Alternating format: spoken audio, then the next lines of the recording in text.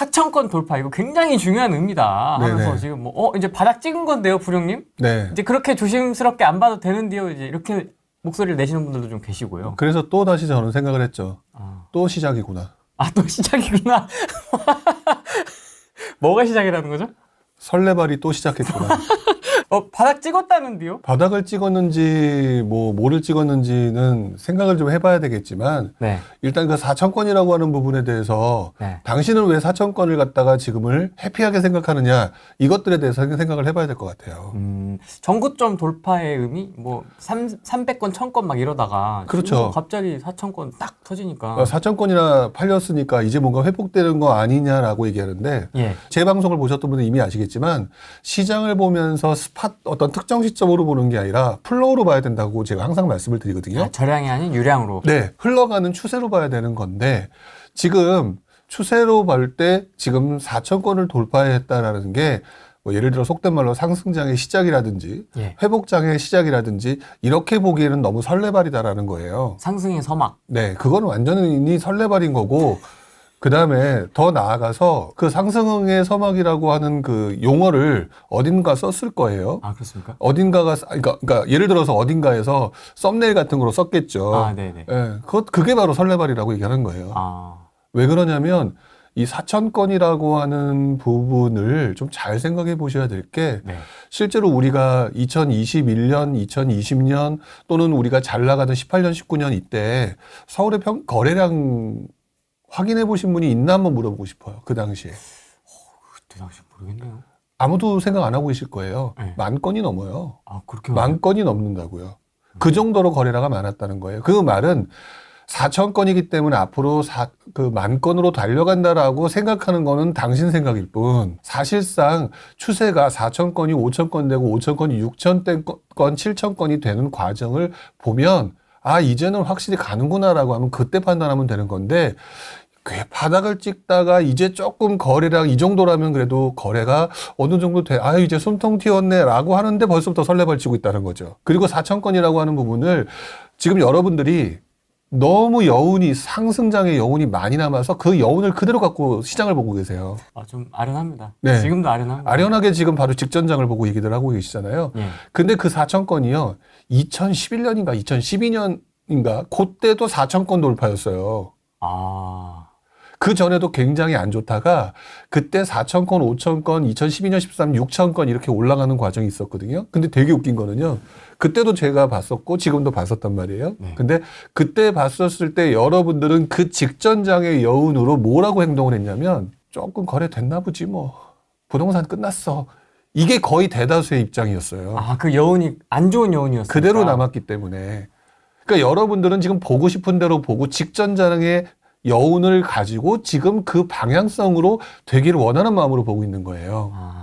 그렇기 때문에 지금 4,000건이라고 하는 거를 제가 여러분들한테 설레발 친다 뭐 한다면서 초를 치고자 하는 얘기가 아니라 여러분들 좀 객관적으로 봅시다. 설레발을 치려면 6,000건, 7,000건이 나오는 과정의 플로우상으로 확실히 반등했다라는 걸 보고 난 다음에 치자. 작년에도 봤지 않느냐. 올라가다가 주춤하고. 네. 작년에 설레발 친 건 잊어버렸고 왜 올해도 똑같이 설레발 치고 또 남들이 설레발 치는 거에 또다시 흥분하고 있느냐. 흥분은 돈 벌고 난 다음에 흥분해도 늦지 않으니까 지금은 그 단계는 아닌 것 같아요. 왜냐면 이제 작년과는 좀 이제 상황이 다른 게 이제 금리가 이제 네네. 쉽진 않지만 어쨌든 이제 내려갈만 남았으니까 공부 좀 하고 좀 얘기 좀 하라고. 좀 많이 세졌죠. 네. 이제 좀 마음이 편해요. 편안하십니까? 네, 되게 마음이 편해요. 근데 제 말이 그동안 했던 제 말이 그렇게 많이 틀리지 않았다라는 것들이 이제 조금 많이들이 이제 아시니까 그런데 제가 이제 상승장 때 좀 조심했잖아요. 네. 오히려 조심했는데 지금 말한 것도 금리 부분들을 얘기를 많이 하시거든요. 네.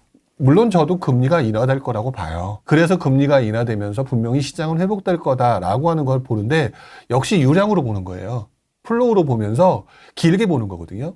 근데 지금 상황으로 보게 되면 몇 가지 조금 의문나는 게 있어요. 의문이요? 의문나는 게 있는 게 뭐냐면 금리가 되게 많이 올랐잖아요. 근데 부동산 담보대출 금리가요. 부동산 담보대출 금리가 그만큼 많이 올랐나? 지금 여러분들이 지금 너무 많이 대출을 받으신 분들 같은 경우는 되게 힘들다는 느낌을 받으실 거예요. 네. 근데 일반적으로 보게 되면 그만큼 금리가 오른 만큼 부동산 담보대출 금리가 엄청나게 올라갔다? 그 정도는 아니에요. 자세히 살펴보면.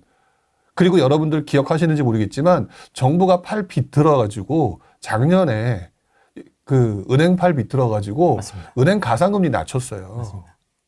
왜 그거는 생각을 못 하시냐는 이거죠. 금리가 인하되니까 이럴 거다라고 얘기했잖아요. 호랭이님이 은행이에요. 네. 은행인데 내가 이제 정부가 팔 비틀었어. 아프단 말이죠. 근데 속마음 뭐예요? 나 돈 벌어야 되는데 왜 내 팔 비틀어라고 얘기했잖아요. 그렇죠. 지금 조금 시장 괜찮아졌죠. 네. 그렇죠. 네. 그 은행 팔 비트는 거 어떻게 할까요? 이제 조금 풀어 이제 그동안 좀 미안하기도 하고. 고생했으니까. 예, 그런단 말이거든요. 그럼 은행 무슨 행동할까요? 그래? 조금 살았나? 우리 그동안 돈 못 벌었지? 그럼 뭐부터 올리겠냐고요. 가상금리 올리겠죠. 원래대로 복귀시키겠죠. 그렇기 때문에 여러분들 기준금리 가지고 너무 크게 자꾸들 오바들을 하시는데 기준금리는 시장 전체의 방향성을 보여주면서 앞으로 돈이 늘어나고 줄어들고 하는 부분인데 그 아래 있는 내부적으로 움직이는 것들을 보게 되면 은행들은 가상금리 올릴 거예요. 그렇기 때문에 여러분들이 생각하는 것처럼 표면적으로 엄청나게 금리가 떨어져서 다시 부동산이 옛날에 0몇 % 뭐 이런 거 생각하면서 막 가자 고 이런 상황이 오기가 어렵다고요. 지금 상황에서. 근데 이런 상황이 있다라는 것들에 대해서 설명하시는 분들을 별로 못 봤던 것 같아요. 오히려 지금 금리 인하기 때문에, 지금 우리 후생님도 금리 인하기 때문에 얘기를 해주셨잖아요. 그게 아니라고 저는 얘기를 하는 거예요. 오히려 저는 이런 상황이 계속 진행되면 가상금리 체계로 인해서 은행금리가 조금 올라갈 수 있는 소지는 좀 있고요. 물론 올라간다고 하더라도 또 올라간다고 이렇게 걱정하실 필요는 없다고 봐요. 왜 그러냐면 정부가 분명히 이렇게 보고 있는데 가만히 있겠냐고요. 그렇기 때문에 그 정도는 아닌데 여러분들이 바라고 원하는 것처럼 파워풀하게 시장이 좋은 쪽으로 바뀔 거다. 이거는 조금 오바의 해석이다. 왜 내가 너무 직전장의 여운이 강해서 나 돈 벌고 싶은데 근데 조금 이렇게 본다? 금리가 떨어진다?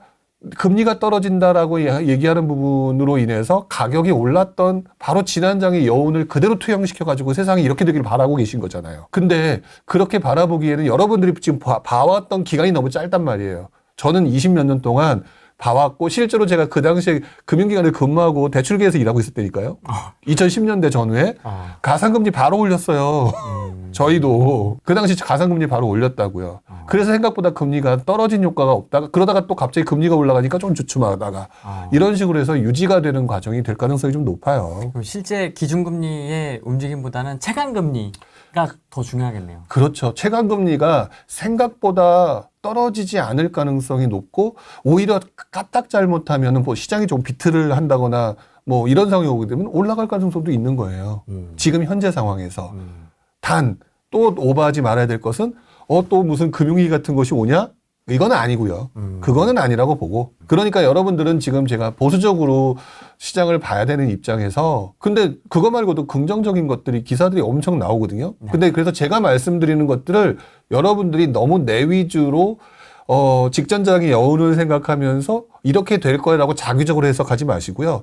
제가 말하는 모든 내용이 최소한 중기 정도의 방향성을 가지고 좀 길게 얘기하는 유량을 보고 그 플로우를 보고 얘기하는 그 개념으로 얘기한다고 생각해 주시고 판단해 주시는 게 좋을 것 같아요. 그럼 이제 유량하면 또 빼놓을 수 없는 게 바로 또 따라오는 게 공급 부족입니다. 네네네. 26년, 27년에 네. 거의 공급이 정말 드시면서 네. 하시죠. 네. 역대급으로 줄어드는 게 이제 거의 불보듯 정해진 미래다 이렇게 표현을 많이 하더라고요. 네네. 그러면 이제 당연히 공급이 자연스럽게 줄어들고 네. 금리는 이제 줄어들 일만 남았고 네. 네. 지금 뭐 강남은 뭐 어디 둔촌주공인가 어디 뭐 피가 여전히 뭐 세게 붙어 있고 네. 청약 경쟁률 수십 대일 지금 나오고 있는데 네네. 여기서 뭐 더 떨어지기는 쉽지 않은 거 아니냐 네네. 이런 얘기들이 다 맞는 얘기죠. 다 맞는 얘기인데 여러분들이 지금 보고 있는 게 네. 너무 특정 지역 아닌가요? 서울 서울. 그 중에서도 좋은 곳. 강남. 그리고 몇몇 금방 얘기했던 둔촌주공 같은데 네. 여기는 모든 사람들의 욕망이 집합되어 있는 곳이에요. 욕망과 욕구가 집합되어 있는 곳이라고요. 그렇기 때문에 이 동네가 움직이게 되는 것, 설사 이 동네가 떨어진다고 하더라도요. 침체장 후반부에 떨어질 가능성이 높아요. 지금은 아니에요. 그러니까 이것들을 보면서 전체 시장을 해석하기는 좀 그런 것 같아요. 그리고 오히려 그거 말고요. 다른 지역을 보자고요. 다른 지역을 보게 되면 가끔 가다가 이제 서울 제가 며칠 전에도 신문 기사를 보니까 금관구가 조금 살아나고 있다라든지 네. 뭐 경기도 일부 지역에 살아나고 있다든지 이제 이런 거를 보고 있는 기사를 봤는데 그렇다면 그동안은 별로 안 좋았다는 얘기거든요. 네. 그리고 다들 알고 계신 것처럼 지방도 안 좋아요. 근데 가장 사람들이 그러니까 배타적으로 들어오기 어려운 곳들, 그런 곳들, 공급의 비탄력성이 엄청나게 센 곳, 그런 곳들의 지역들을 보면서 여러분들이 전체 시장을 판단한다는 거는 좀 오바라는 생각이 들고요. 일단은 공급 부족이라고 하는 부분에 대해서 그다음에 이제 금리 인하라는 게 장기적인 방향성으로 보게 되면 다시 회복될 가능성에 대해서 어떻게 생각하십니까? 그러면 그거에 대해서는 분명히 저도 오케이라고 하죠. 네. 근데 그 기간을 조금 길게 보셔야 될 것 같다고 봐요. 그리고 그 과정에서 일어날 일들이 너무너무 많거든요. 아, 그렇습니까? 근데 지금 그 내용에 대해서는 아무도 얘기를 안 하고요. 그 결과물, 그 정도는 저도 예언이 가능해요. 부동산 다시 상승할 것이다. 네. 그러면 나중에 한 10년 지나면 내 말 맞았잖아 라고 할 수 있잖아요. 맞지? 네. 예, 할 수 있는 거잖아요. 근데 원래 장기적인 해석은 충분히 가능하다고 봐요. 그런 식으로는. 어느 정도 가능한 건데 그 중기적으로 일어난 일에 대해서는 하나도 설명을 안 하는데 우리들은 그 중기적인 기간을 거쳐야 되잖아요. 네. 거치면서 온갖 삼남한상을 겪게 될 거거든요. 네. 그거에 대해서 누군가는 전혀 고려하지 않고 있다가 다치는 사람도 있고 그것들을 갖다 이용해서 부자 되는 사람도 있을 것이고 이럴 텐데 그러면 봐야 될 거는요. 공급 부족 때문에 집값이 상승할 거기 때문에 너희들은 집을 사야 됩니다. 이 얘기가 중요한 게 아니라 공급 부족 때문에 이러이러한 현상이 나타나서 집값이 상승한다라는 그 과정 속에서 그렇다면은 무슨 일이 일어납니까? 얘도 포커스를 맞추는 게 더 좋아요. 얼마 안 남았거든요. 사실 26년, 27년이면. 네네네. 그럼 그 사이에도 삼남한상이 일어날 수 있어요. 온갖 일들이 발생할 것 같은데요. 제가 볼 때는. 아, 그렇습니까? 그렇죠. 근데 그것들이 여러분들이 알고 있는 띄엄띄엄의 지식을 가지고 보게 되면 그러면 지금 예를 들어서 그런 게 있잖아요. 예를 들어서 집값이 상승한다라고 예상을 했어요. 네. 그 내가 들어가서 집을 샀어. 집을 샀는데 나 영끌했어. 근데 갑자기 극단적인 경우로 미국에 무슨 문제가 생겨가지고 갑자기 시장이 뒤집어졌어. 뭐 금리가 엄청나게 올랐어. 그러면 그 구간 내, 그 삼남한상이 일어나는 구간 내에 한 1년 안에 누군가는 죽을 수도 있는 거예요. 예를 들면 극단적인 경우지만. 네. 그렇기 때문에 그 중간에 일어나는 것들에 대한 얘기들을 더 많이 하셔야 되고 실제로 제가 부동산 시장에서 실력이 급격히 늘어났던 게 그 과정을 경험하면서였거든요. 근데 너무 두루뭉술하게, 이렇게 말하면 제가 할 말이 없네. 두루뭉술한데 프레이드 마크인데. 근데 어쨌든 그 중간 단계에서 여러분들 전세 가격 상승이라고 하는 과정에서 되게 많은 일들이 일어날 거라고 봐요. 그러니까 저는 집값이 상승한다라는 거에 포커스를 맞추지 마시고 전세 가격 상승이라고 하는 과정에서 일어난 일에 좀 더 포커스를 맞추셨으면 좋겠다라고 말씀을 좀 드리고 싶어요. 전세 가격 상승과 함께 일어나는 일이 뭐가 있을까요? 가장 대표적인 경우가 전세 가격 상승이 일어나잖아요. 네. 그러면은 이제 과거 사례로 설명을 드리는 거예요. 네. 일단 사람들이요. 전세 가격이 상승이 일어나게 되면은 그다음부터는 전세 가격 상승을 하려고 하는 투자자 입장에서는 갭 투자라고 하는 것에 대한 관심도가 늘어나죠. 맞습니다. 아무리 당연한 거잖아요. 그러다 보니까 그때부터는 포지셔닝이 공급 부족이 아니라 전세가율로 바뀌어요. 공급 부족, 어느 지역의 공급이 부족 이게 아니라 전세가율이라는 거에 포커스를 맞추게 되는 경우가 상당히 많죠. 갭. 네, 갭이라고 하는 부분에 상당히 맞추게 되죠. 이러면서 또 누군가의 판단과 누군가의 전문가의 또 잘못된 판단에 의해서 이 갭을 이용해서 투자하는 지역들이 틀려져요. 그래서 누군가는 성공하고 누군가는 역전세 맞고 이런 것들이 계속 만들어지게 될 거라고 저는 보여지는데 네. 다만 이제 추세상으로는 전세가율이 크게 올라가면서 사람들로 하여금 전세 대란과 전세가 상승을 이용한 투자 방법이 유행할 가능성이 높겠죠. 근데 제가 개인적으로 이번 장에서 한 가지 고려하고 있는 것 중에 하나가 뭐냐면요. 네. 정부가 이번 전세가 상승과 전세 갭 투자를 활용하는 사람들을 너무너무 잘 알고 있다는 게 가장 큰 문제예요. 지난 장에는요. 정부가 이런 거에 대해서 관심이 없었어요. 그래서 그 행동의 대표적인 것들이 전세 대출의 활성화였거든요. 네. 근데 지금은 정부가 요걸 알고 자꾸 뭔가를 작업하려고 하는 느낌이 들어요. 그래서 지난 장하고도 똑같지는 않을 것 같아서 이번엔 또 무슨 일이 또 나올까? 라고 생각하면서 지금 계속 눈여겨보고는 있는데 네. 그렇다 하더라도 우리는 의지의 한국인이잖아요. 네. 분명히 구멍은 찾을 거라고 생각을 해요. 반드시 방법을 찾을 네, 방법은 찾을 거다.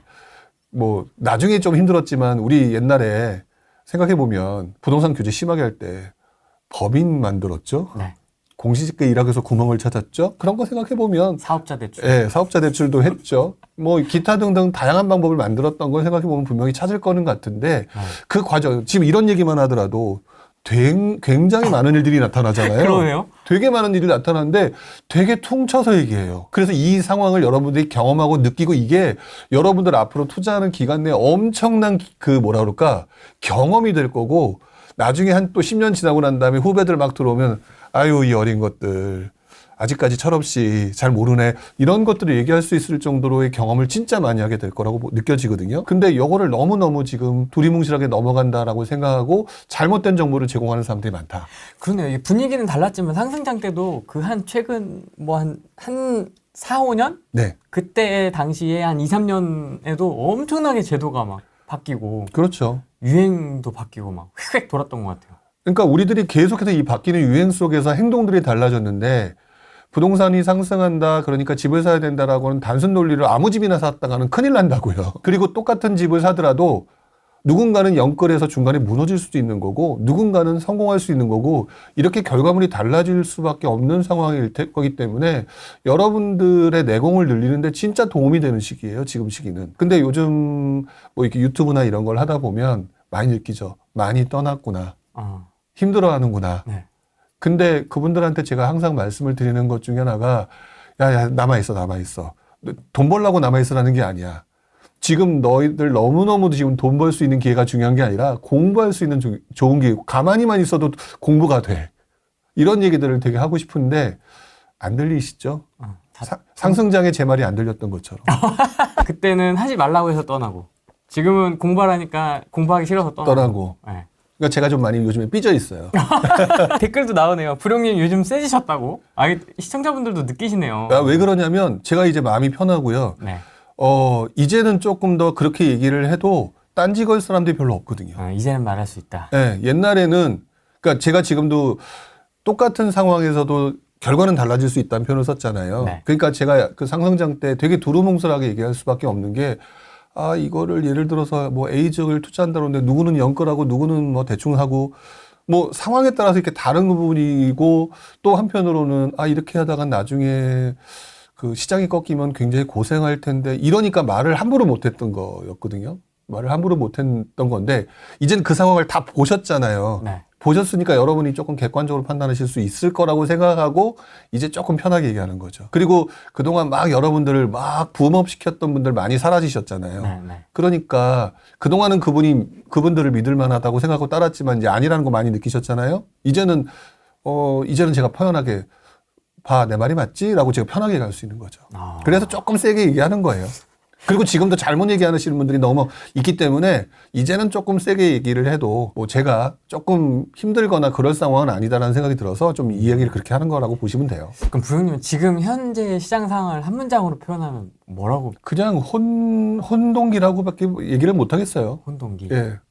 혼돈의 시장이다라고 얘기를 할 수밖에 없다. 근데 뭐 아까도 표현했던 것처럼 공부하기 되게 좋은 시장이다라고 표현하는데 가만히만 있어도 공부가 될 거예요. 그냥 이 시장에만 남아만 있어도. 그러니까 공부하라는 얘기가 아니라 이 시장에 남아서 지금 이 상황을 계속 지켜보는 것만 하더라도 되게 도움이 되실 거라고 저는 생각이 들어요. 최근에 이제 총선 결과 나오고 나서 네. 뭐 이제 민주당 쪽이었던 것 같아요. 야당 원내대표가 실거주 1주택은 무조건 뭐 종부세 면제였던 네. 것 같아요. 그죠? 네. 뭐 그런 얘기들도 나오고 하나둘씩 좀 정책이 나오고 있는데 네. 향후 어떤 정책이 좀 펼쳐질 거라고 보세요? 예상되는 게 좀 있으세요? 방향성? 일단은 여러분들이 이 정부 정책이라고 하는 부분들을 네. 기대 심리를 갖고 보지 않으셨으면 좋겠어요. 일단은 투자자들은 뭔가 그 정책을 보면서 요즘에 이제 실망하셨잖아요. 뭐 민주당이 됐다. 그러니까 원래는 다주택자 규제 완화부터 시작해서 뭐 취득세 완화 다 이런 걸 생각하셨는데 한물 같거나 지연되겠구나라고 생각을 하실 거잖아요. 네. 그러다 보니까 기대 심리가 좀 많이 위축되셨을 거라고 생각을 하는데 어쨌든 중요한 거는 저는 정치하시는 분들이 부동산 시장을 보는 관점을 이해해야 된다고 우리는 생각해요. 여러분들이 바라는 대로 정치인들이 움직여지기를 바라지 말고 그분들이 무엇을 바라는지. 근데 그분들은요, 지금 현재 입장에서는 일단 총선이 끝났어요. 네. 총선이 끝났으면 대다수의 사람들이 원하는 방법으로 정치를 끌고 가게 되어 있어요. 근데 부동산적인 입장에서는 흔히 말하는 대다수의 서민들은 부동산이 오르기를 원하지 않고 있거든요. 그러니까 원하지 않는 쪽으로 정치를 끌고 갈 거라고 보여지는데 이것들이 바뀌는 시점이 언제 오냐면 전세 가격 불안이에요. 그러니까 민주당이었든 아니든 뭐 국민의힘이었든 간에 뭐 국민의힘은 풀어줄 것이고 민주당은 이렇게 반대로 막을 것이고 라고 하는 거는 너무 이분법적인 논리고요. 민주당이 됐든 국민의힘이 됐든 이분들이 부동산에 대해서는 조금 뭐라 그럴까 대다수의 서민들이 원하는 정책으로 가고 있는 이 상황에서 그래서 부동산을 활성화는 조금 안 좋은 쪽으로 눌러주는 쪽으로 가다가 네. 이것들이 급반전하는 시점이 언제 오게 되냐면은 거의 그동안의 공통적인 거는 전세 가격 상승 때문에 정책 기조가 바뀌어요. 왜? 정책 기조가 전세 가격이라는 게 지금 공급 부족 아까 얘기하셨잖아요. 네. 2026년, 7년 그건 잘 모르겠고 중요한 거는 공급 물량 부족의 누적은 결국에는 새로운 공급이 부족한 거고 여기서 나오는 전세 물량 자체가 줄어드는 거고 그다음에 기존 전세 물량이 나와야 되는데 임대차 3법과 계약갱신 청구권 때문에 2년짜리를 4년으로 묶어버렸단 말이에요. 네. 여기서 나오는 물량도 막아버렸어요. 자꾸 계약갱신 청구권이라고 하는 부분들을 투자자 입장에서 너무나 안 좋게만 보시는데 긍정적인 요소로 보게 되면은요, 기존 그러니까 신규 공급이 줄어드는 가운데 기존 공급 물량도 없애버릴 거라고요. 추가 2년을. 네. 그렇기 때문에 이 전세 가격의 불안이 더욱 심화될 가능성이 높아지는 가운데 전세 가격이 올라가잖아요. 그러면은 서민들의 입장에서 정부는 전세 대출을 늘려주거나 아니면은 너무 전세 가격이 올라감으로 인해서 시장이 불안해지니까 임대 공급을 늘려주거나 매매 시장으로 차라리 그러면 돈 대출해 줄 테니까 집을 사라는 쪽으로 흘러갈 수밖에 없는 구조였단 말이에요. 근데 임대 공급은 현실적으로 부족한 거고 그러면 결국 매매 활성화로 흘러가면서 국민의힘이든 민주당이든 대다수의 서민들이 나중에는 전세 대란 좀 어떻게 해결해봐라고 하면 그러면 매매 좀 풀어놓게. 그러면 전세하지 말고 매매할 수 있는 사람이 매매하면은 좀 줄어들잖아. 이렇게 하면서 시장이 살짝 바뀌게 될 거라고요. 유턴될 가능성이 높아요. 그리고 실제로 그게 일어났던 게 2010년에서 2014년까지 모습이었었고요.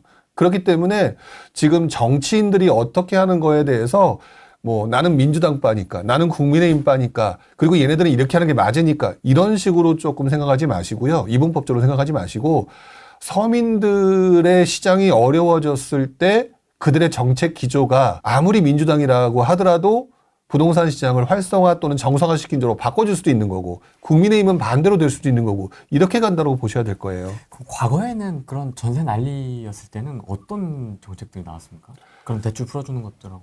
그게 근데 이제 대다수의 맞아요. 풀어줬어요.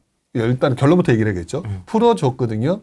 풀어줬는데 대다수의 우리 서민들이 전세 대란 때문에 힘들어지기 전까지의 속마음은 집값이 오르지 않기를 바라잖아요. 네. 그러니까 집값이 오르지 않기를 바라는 그 순간에 부동산 활성화 또는 정상화 대책이 나오기가 어렵단 말이에요. 하지만 사람들이 심리가 막 바뀌면서 내가 당장 전세를 들어가야 되는데 1억이 올랐대, 2억이 올랐대라고 얘기하게 되면 아까 말했던 부동산 가격이 오르지 말고가 중요한 게 아니라 이걸 잊어버리고 이거 좀 어떻게 좀 해결해봐 라고 얘기를 하잖아요. 그런 가운데서 그러면 이것들을 좀 살 수 있도록 바꿔줄게. 니네 전세 때문에 힘들지? 그러니까 요거 좀 대출을 금리도 낮춰주고 LTV도 하면 괜찮아? 그러면 집값이 오른다가 아니라 그러면 내가 한번 사볼까? 내가 조금 방법이 생겼네? 이러면서 그 방법을 오케이 하고 대다수가 받아들이겠죠. 이렇게 받아들이면서 정상화의 물꼬가 튀어져요. 2008년 금융위기 이후에 네. 2009년도 지나고 2009년도부터 시작해서 제일 처음에 풀어줬던 게 그때도 신혼부부예요. 1차적으로 신혼부부부터 풀어줘요. 그럼 이 신혼부부들을 먼저 어떻게 줘야 되느냐? LTV 풀어야 돼요. 두 번째, 지금은 DSR이지만 그때는 DTI를 풀어야 되겠죠. 그런 거를 푼 상황이 되니까 집값이 오르질 못하죠. 왜? 얘네들의 수요가 한정돼 있으니까. 네. 그리고 난 다음에 전세 가격은 오르죠. 신혼부부들 또 전세 갈 데 없죠. 막 이렇게 보니까 시간이 점점 가면서 조금씩 풀어요. 또 미분양은 엄청 늘어나죠. 그러니까 미분양도 조금씩 예를 들어서 양도세 일부 면제해 줄게. 그다음에 완전 면제해 줄게. 취득세 풀어줘야 되겠네. 취득세 풀어줄게. 이러고 있다가 정신을 차려보니까 전세 때로는 더 힘들어졌죠. 규제는 살짝 하면서 다 풀어져 있는 거예요. 이때 2014년도에 정부가 들어서면서 박근혜 정부였죠. 네. 그때 우리들이 잘 알고 있는 빚내서 집 사라 라는 얘기가 그때부터 촉발된 거죠. 그리고 그때 상승장이 그때부터 시작되는데 제 기억으로 그때 정확하진 않아요. 정확하진 않은데 제 기억으로 그때 기억이 서울 거래량이 6천 건이었나? 7천 건이었나? 어. 그랬던 것 같아요. 그러니까 지금 제가 말씀드린 건 정확치가 않은 거기 때문에 제가 그냥 흘려 지나갖고 오래된 정보기 때문에 기억이 맞지 않다라는 가정하에 말씀드리는 거지만 그러면서 나중에 올라가면서 10,000건이 넘어가고 이렇게 됐던 걸로 기억을 해요. 그러니까 이렇게 풀어줘야 되죠. 그러니까 지금 많은 분들이 지금 이런 과정들이 그 당시 있었다는 거 얘기 한마디도 안 하고 전세 가격이 올라가게 될 거고요. 공급 부족이니까 전세 가격이 올라갈 거고 집값이 올라갈 거야 라고 하는 너무 단순 논리적으로 가는데 그 기간이 3, 4년이 걸릴지도 모르는 거라고요. 너무 퉁쳐서 얘기하게 되면 우리들은 그래서 집 사야 되겠구나 딱 집 사고 난 다음에 3, 4년 동안 왜 이렇게 안 올라라고 하고 정부는 조금 찔끔 풀어주고 아이고 미쳐버리겠네 이렇게 될 텐데 단순하게 이제 이렇게 생각하죠, 보통. 27년에 공급 부족이라고 하네? 그러면 전세가를 그때까지 밀어 올리겠네? 그럼 나 선진입해야지? 올해? 내년에 사야겠네? 그러니까 선진입하는 건 좋아요. 근데 선진입을 10년 전에 할 수는 없는 거고 네. 5년 전에 할 수는 없는 거라고 봐요. 네. 신호가 보여야 되는 게 맞는 건데 네. 이왕이면 좀 짧게 하는 게 좋잖아요. 근데 그 신호라고 하는 것들이 뭐냐에 대한 설명을 할 수 있는 사람들의 얘기를 들어보란 얘기예요. 그게 뭐냐? 전세 가격 상승이라고 하는 것들이 좀 더 촉발되고 이 전세가율이 올라가면서 사람들이 아우성치는 상황이 만들어지고 그 시점에 너무 전세 대란이라고 하는 부분이 심각해지는 상황이 되면서 무언가 정부는 그게 이제 국민의힘이든 민주당이든 그러면 조금씩 그동안에 죄어놓고 지금까지 절대 잡고 안 놨던 것들을 하나씩 그 헤게모니들을 풀어주는 그 상황이 되는 그것들이 신호란 말이에요. 근데 지금 하나도 안 풀었잖아요. 네. 하나도 안 풀었거든요. 근데 혼자만 생각해. 혼자만 머릿속에서 막 논리를 구성을 해. 방구석에서. 예. 구성을 해서 이렇게 될 거야. 혼자 그래서 내 논리가 완벽해라고 혼자 뿌듯해. 제가 그거 보면서 어이없다라고 얘기하는 거예요. 지금 그래서 그 논리로 얘기하시는 분들이 의외로 많은데 그 논리를 얘기하시는 분들 중에서 상당히 오래되셨다고 하신 분들이 있거든요. 근데 제가 기억하기로는 그분들 다 2010 몇 년 이후에 등장하신 분들이에요. 그 당시 일어났던 현상들을 볼 때 다 초보들이었을 거예요. 그래서 기억 못 하실 것 같은데. 내가 암모나이트다. 이렇게 말하면 노인네 같고. 이제 아예 세게 얘기하기로 작정했기 때문에 제가 이렇게 얘기를 하는 거지 제가 이렇게 싸가지가 없어서 하는 소리는 아니고요. 그렇죠. 다 아시니까. 예, 그렇게 하는 얘기가 아니고 여러분들이 조금 정확한 방향을 잡았으면 좋겠다는 생각이 조금 더 이렇게 좀 세게 얘기하는데 어쨌든 그분들이 그렇게 해서 돈을 벌었다. 그래서 나 갭 투자 이렇게 벌었다라고 했는 그 시점이 그분들은 초보자에서 중급으로 넘어가는 시절이었을 거란 말이에요. 그렇기 때문에 초급 시절에 봤던 그 시장 분위기를 전혀 모르고 계실 거라고. 그렇기 때문에 그 당시 상황을 지금 제가 계속 얘기를 하는 거예요. 조금 더 빨리 움직이시는 분들은 지금 지방 가거든요. 그러니까 지방 가는 걸 얘기하기 전에 본질을 생각해 봐야 되는 거거든요. 본질. 부동산 투자하는 사람들의 본질을 자세히 보게 되면 우리 입지 투자라고 얘기를 하죠. 네. 그렇죠? 네. 그리고 이번에 우리 상승장 때 봤잖아요. 입지가 얼마나 중요한지를 아니까 지금 다 서울 가는 거잖아요. 맞습니다. 그렇죠? 네. 근데 그 입지가 나쁜 곳을 투자하다 보니까 시장이 꺾였을 때 그 나쁜 입지가 어떻게 되는지를 이번에 봤단 말이에요. 맞죠. 그쵸? 제대로 보셨잖아요. 제일 먼저 뭐가 터져요? 역전세란 터지잖아요. 네. 팔려고 싸게 넣어도 안 팔리잖아요. 그렇잖아요? 공시지가 1억이 2억 됐다가 갑자기 다시 공시지가 1억 미만으로 갔다고 얘기 들었거든요. 다시 원래대로 원상복귀예요. 네. 즉 입지가 얼마나 중요하다는 걸 느꼈단 말이에요. 네. 근데 그분들이 지금 어디 가고 있다고요? 지방에 중소도시를 가야 된다라고 얘기하는데 뭐를 근거로 얘기를 해요? 캡으로 얘기를 하고 있잖아요. 캡이 본질이에요? 입지가 본질이에요? 입지요. 입지가 본질이에요. 근데 무슨 헛소리를 하고 있냐고요. 그리고 아니다 내 말이 맞다라고 얘기하시는 분이 있으면 배틀 한번 해보자고요. 그 논리에 대해서. 배틀 신청 받습니다, 여러분. 왜 그러느냐. 입지라고 하는 부분들은 시장이 좋을 때는 강력한 상승세를 보이고요. 예. 그러니까 시장이 꺾였을 때는요. 바닥을 받쳐주는 역할을 해주거든요. 근데 입지가 나쁜 곳들은요. 시장이 좋았을 때도 제일 늦게 움직이고요. 시장이 꺾였을 때 제일 먼저 꼬꾸라져요. 그럼 뭐가 안전성이 높아요? 그 구간 내에 오르는 구간이 있겠죠. 중소도시 뭐 이런데 갭을 보고 들어간다는 거는 그 수많은 입지의 기본적인 요소를 무시한 채 어떤 특정 기간에 급등하는 그거를 노리고 들어가겠다는 거거든요. 전체 플로우의 흐름 속에서 일부 구간을 보면서 들어가겠다는 얘기예요. 안전성을 따졌을 때 이 구간을 보면 어디를 들어가는 게 좋냐. 중소도시는 한마디로 말하면 고수의 영역이에요. 고수도 맨날 잡혀요. 그렇죠. 거기서 그 수렁에 빠져서 사망하는 사람도 나오거든요. 그거를 초보자들한테 얘기를 해준다? 말도 안 되는 소리죠. 갭이라고 하는 투자 기술은 부동산 투자의 본질인 입지라고 하는 부분을 이용한 어떤 특정 시기에 하는 투자 방법일 뿐이에요. 근데 자기가 아는 게 갭밖에 없으니까 자기가 돈 번 게 갭 투자로 돈 벌었으니까 특정 시기에 돈 번 기술을 가지고 시장이 바뀌었는데 그 소리를 계속 반복한다? 제가 지금 계속 그것 때문에 요즘에 흥분하고 있거든요. 헛소리 하지 마라. 그거 아니다. 라고 얘기를 하는 거죠. 왜 그러냐면 자 보세요. 갭 투자는요. 절대로 제가 사람들이 포기하지 않는 좀비 같은 투자라고 얘기를 해요. 좀비가 같다고 얘기하거든요. 왜냐하면 사람들이 가지고 있는 본성은 내가 돈이 없기 때문에 소액 투자에 끌려요. 맞습니다. 소액 투자에 끌리기 때문에 이 사람들을 꼬시기에 가장 좋은 방법은 갭 투자예요. 그리고 분양권 투자예요. 이 두 개 투자는 여러분들의 본능을 자극하는 투자라고요. 제가 돈을 벌려고만 작정을 했다면 여러분들 분양권 투자와 갭 투자만 가지고 제가 여러분들을 꼬셨으면 저 수억 벌었을 거예요. 그게 아니라고요. 그게 아닌 게 그 본능적인 부분을 그렇게 요구를 하면서 여러분들을 자꾸 유혹하게 되는데 그것들이 갭 투자로서 분양권 투자로서 돈을 버는 구간이 만들어진단 말이에요. 그 중에서도 갭 투자가 가장 생명력이 긴 이유는요. 긴 이유는 갭 투자가 사이클이 움직여지는 상승과 하락 구간의 전 구간에 걸쳐서 상당히 오랜 기간 투자가 가능해요. 제 책에 보면은 부동산 상승 신호, 하락 신호 그 책에 보면 갭 투자 1, 2, 3라는 표현을 썼던 적이 있어요. 그게 뭐냐면 갭 투자 1은 침체기에 하는 투자고요. 네. 그다음에 갭 투자 2 같은 경우는 상승장에 하는 투자예요. 갭 투자 3 같은 경우는 그 구간에 이걸 융합해 가지고 어떤 시기에도 쓸 수 있도록 하는 투자거든요. 근데 문제는 갭 투자 3는 언제 잘 안 되냐면 혼돈기에 잘 안 돼요.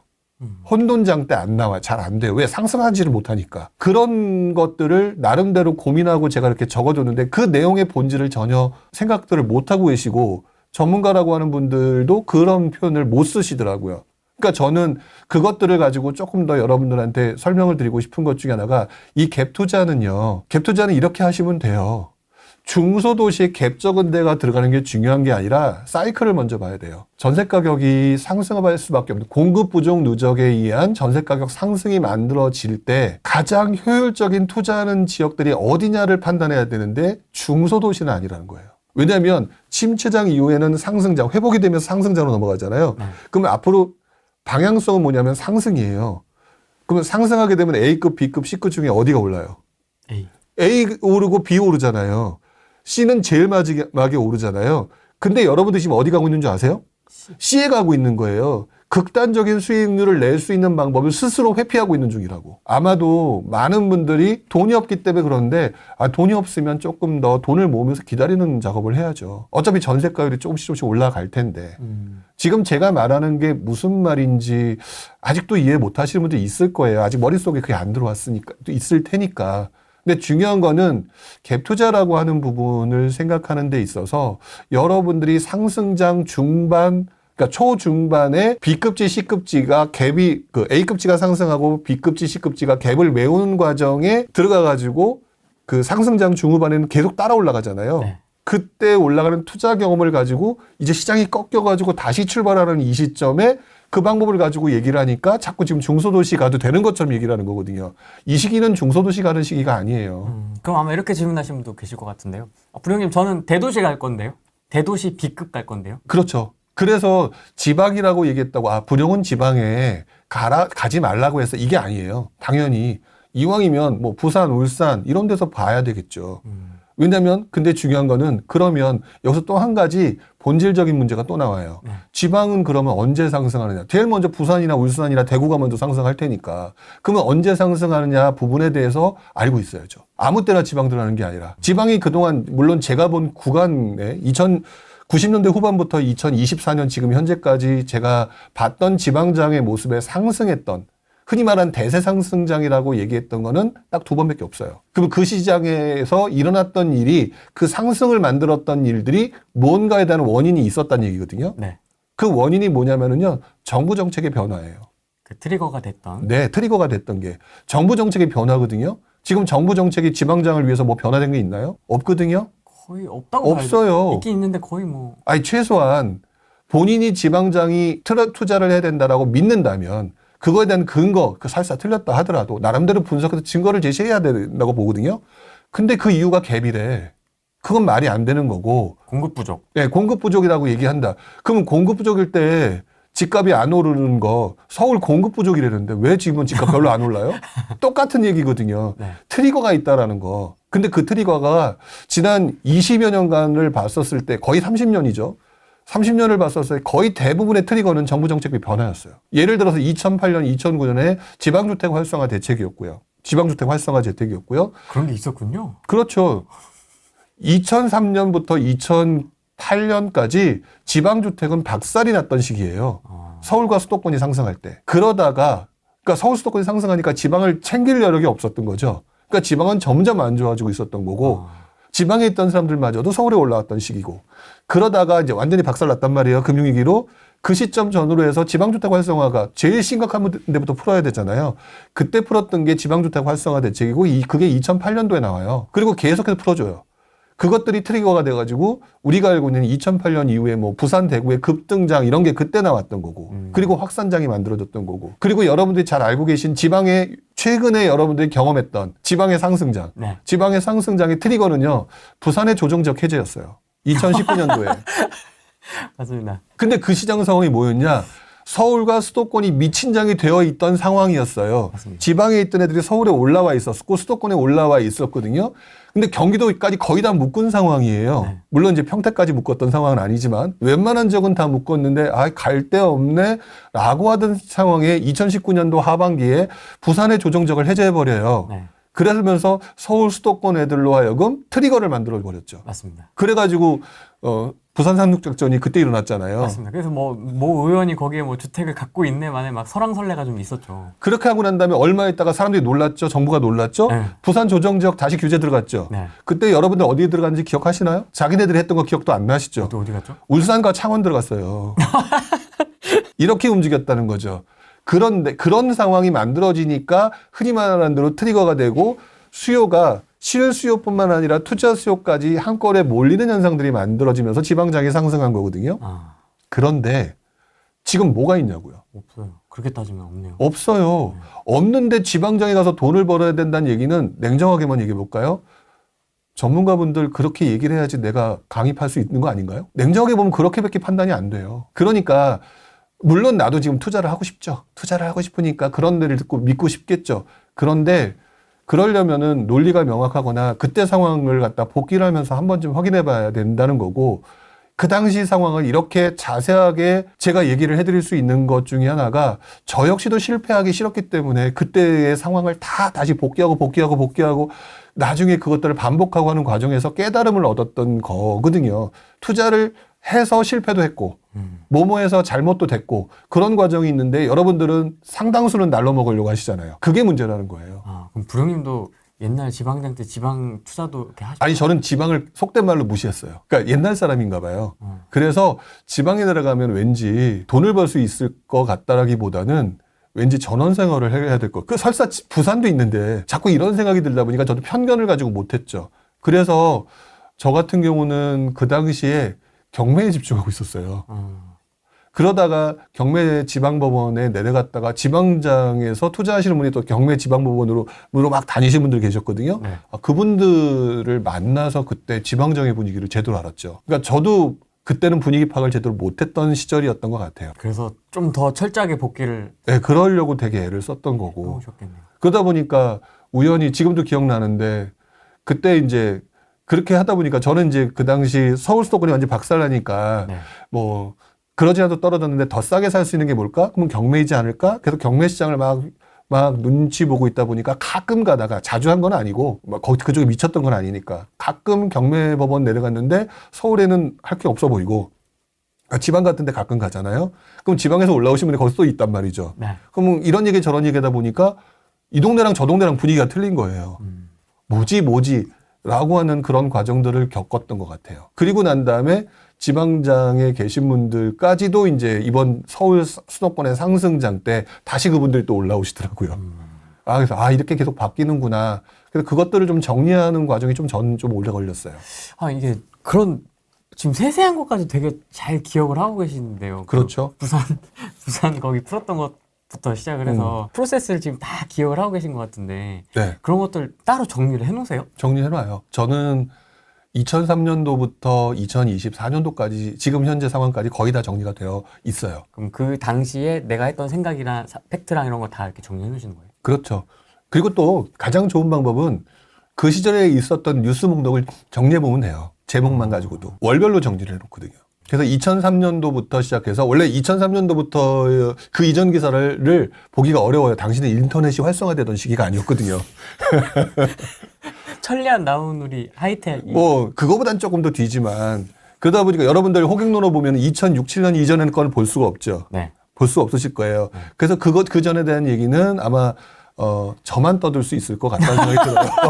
물론 뭐 저보다 더 오래되신 분들이 계시니까 네. 그분들도 떠드시고 얘기하실 수 있는 능력 되신다고 보는데 네. 일단 기본적으로 그때부터 지금까지는 나름대로는 정리해 두고 있어요. 지금 이제 2024년이잖아요. 정확히 말하면 지금 2022년까지 정리가 돼 있어요. 그러니까 제가 시간 날 때 또 이제 2023년과 2023년에 윤석열 대통령이 당선됐던 그 시절부터는 지금 정리 중이에요. 그러면 그런 거 보면서도 좀 되게 재밌게 지켜보셨겠네요. 왜냐면 20 몇 년을 이렇게 딱 정말 돌 하루방 같이 딱 지키고 계셨는데. 그러니까 저를 너무 좋게 평가해 주시는 거고 제가 그런 느낌을 받은 적은 있어요. 그러니까 뭐냐면 이거는 함부로 얘기하기는 좀 그렇긴 한데 예. 유튜브 출연을 하거나 유튜브에 누구를 모시잖아요. 네. 그 얘기를 듣다 보면 네.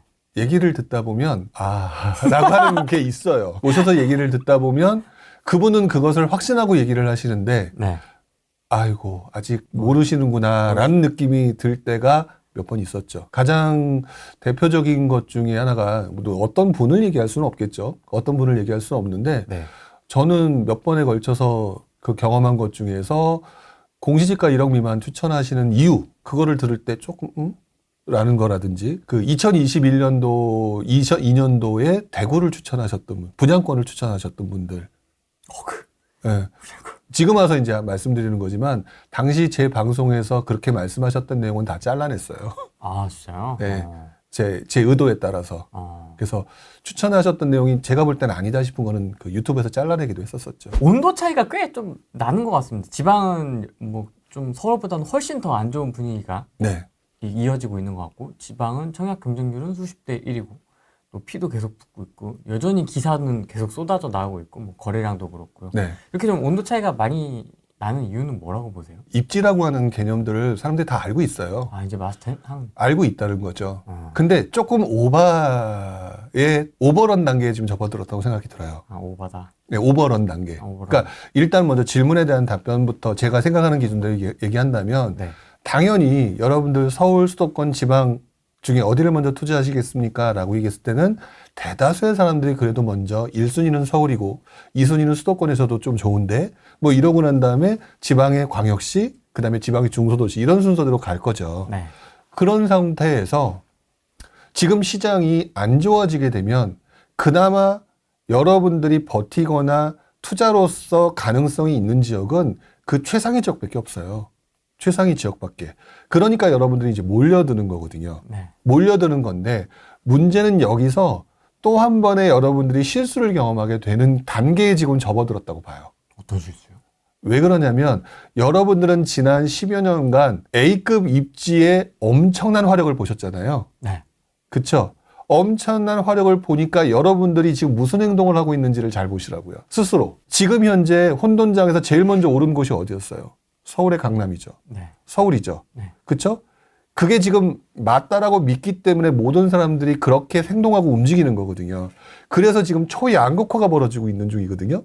그러니까 이것들을 본 새로운 사람들도 제가 입지가 기본이라고 얘기했지만 문제는 입지가 너무 많이 올라버린 상황인데도 불구하고 계속 A급 입지로만 가요. 거기서 나타나는 현상이 뭐냐면 두 가지가 나타나거든요. 여전히 영끌이 발생하고요. 그 다음에 갈아타기 하려고 하는 사람들이 조급해져요. 그래서 지금 현재 혼돈장이거나 일종의 지금 쇠퇴장은 맞잖아요.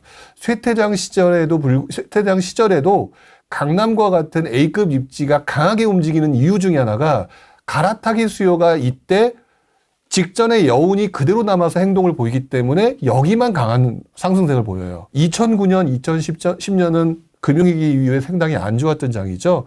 이때 시장의 뉴스 기사들을 다 보시게 되면 강남만 올랐다가 떨어졌다가 강남만 올랐다 떨어졌다. 노동강 금강구는 조용해요. 그러다가 문제가 뭐냐면은요. 지금 그래서 여러분들한테 제가 강남 쪽에 상급지로 자꾸 지금 갈아타게 하시려는 분한테 개인적으로 영끌이세요 아니세요를 여쭤봐요. 영끌이 아니라고 하면 아유 뭐 돈 있는데 뭘 걱정해요 하고 들어가시라고 하는데 영끌이면 정신 차리세요라고 얘기해요. 강남 공기 맞는다고 돈 생기는 거 아니라고 이렇게 얘기를 하죠. 초양극화가 벌어지게 되면요. 그게 몇 년이 지나게 되면 사람들의 생각이 바뀌고 투자자들의 행동 패턴이 달라져요. 어디가 달라지느냐. 너무 많이 올랐던 곳이 된다면 자 보세요. 보통 이렇게 되잖아요. 이렇게 돼서 A급이에요. 네. 근데 A급이 이렇게 됐잖아요. 네. 원래는 떨어졌다가 이렇게 되고 있잖아요. 네. 벌어졌잖아요. 네. 그러니까 이 올라가는 이 A급을 보면서 사람들이 일로 들어가는데 지금 힘이 많이 빠져 있는 쇠퇴기잖아요. 이게 또 이렇게 올라가려면 수요가 엄청나게 붙어야 돼요. 네. 근데 그렇게 따라붙는 사람들이 없잖아요. 지금 대출해주는 건 신생아 대출이잖아요. 이거를 살 수 있는 노선이 아니라고요. 그러면 이 사람들이 나중에 참다 투자해서 돈 벌고는 싶으니까 어디로 들어가는 줄 아세요? 이때도 갭매우 기장이 만들어져요. 그러면서 이 시점에 만들어지는 이게 올라가는 장이 만들어진다니까요. 그렇기 때문에 지금 현재 여러분들 자세히 보시기 바랍니다. 지금 강남의 신축들이 아니라 신고점을 찍는다라고 얘기를 하고 있는 지역들은 진짜 일부 지역이고요.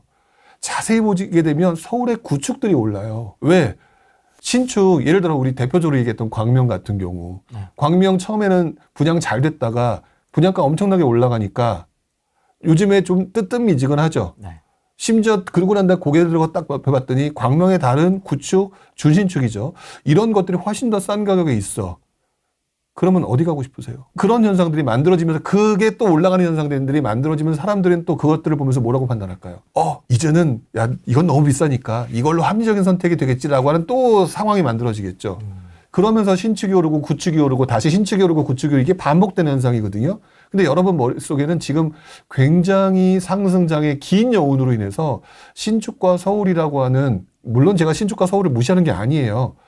투자라고 하는 건 그때그때마다 상황이 바뀐다는 걸 설명하고 싶은 거예요. 지금 구축들에 대한 관심도가 되게 높아져 있는 상황이라고. 구축들이 관심도가 되게 높아져 있는데 자, 그 다음에 또 나타나는 현상들 예상해 볼까요? 지금 현재 공급 부족 때문에 나타나는 예상되는 현상이 매매가 상승이 아니라 뭐라고 그랬어요? 전세 가격 상승이죠. 신축의 전세 가격 상승이 나타날까요? 신축은 높고 전세 가격은 비슷할 거 아니에요. 그러면 전세 가율이 어디가 더 높을까요? 구축이 더 높겠죠. 구축 아파트 가격 이만큼 되고 신축 아파트 이만큼이고 전세가는 물론 높긴 하겠지만 이 정도라면 갭은 비슷하다라고 한다면 갭은 얘가 적은 거예요. 그렇죠. 그러면 투자자들이 갭 투자들이 관심이 늘어난다고 그랬죠. 그럼 어디 관심이 생길까요?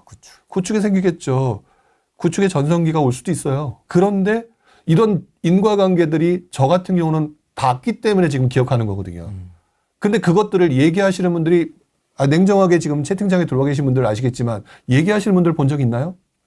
별로 없으실걸요? 아예 보신 적도 없으실 거라는 생각이 들어요. 그러니까 지금 신축이 계속해서 간다라고 하는 생각 자체를 버리시고요. 이것들을 또 다시 원론적으로 돌아와서 보게 되면 시장은 불균형과 균형의 싸움이에요. 신축과 구축의 싸움이고요. 서울과 수도권과 지방의 싸움이고요. 서울이 올라가면 수도권이 올라가고 수도권이 올라가면 지방이 올라가고 여기서 신축이 움직이면 구축이 움직이고 아파트가 움직이면 아파트를 움직이고 이런 균형과 불균형의 가격의 균형과 불균형의 싸움이라고요. 이게 본질이라고요. 근데 이런 것들을 아셔야 되는데 자꾸 기술, 갭, 무슨 방법, 공시지가 1억 이러니까 여러분들이 지금 와서 아무것도 할 수 있는 게 없는 거예요. 내가 아는 시장의 범위가 엄청나게 작은데. 구조를 파악하려고 해야 되는데 이제 그런 특정 기술에 좀 그렇죠. 왜냐면 그게 좀 쏠깃하거든요. 네. 그리고 그것들을 제가 똑같이 그걸 경험해봤기 때문에 이 말씀을 드리는 거예요. 저도 처음에 기술의 영역에 빠져 있었죠.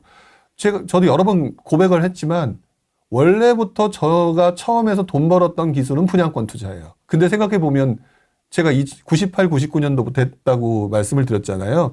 그럼 그 당시에 김대중 대통령이 IMF 위기 직후에 부동산 시장 풀었을 때거든요. 분양권 투자가 최전성기였을 때예요. 운이 좋아서 벌었던 거죠. 알고 보니까. 자, 그것들을 좀 생각을 하셔야 될 거라고 봐요. 강남 신축에 자꾸 몰리는 것도 지난장의 여운이 좀 남아있고 똘똘한 한 채로 가야 되나? 왜냐면 개고생을 했기 때문에. 그렇죠. 규제 깔리고 막 이러니까. 그러니까 그 마음은 알겠다고요.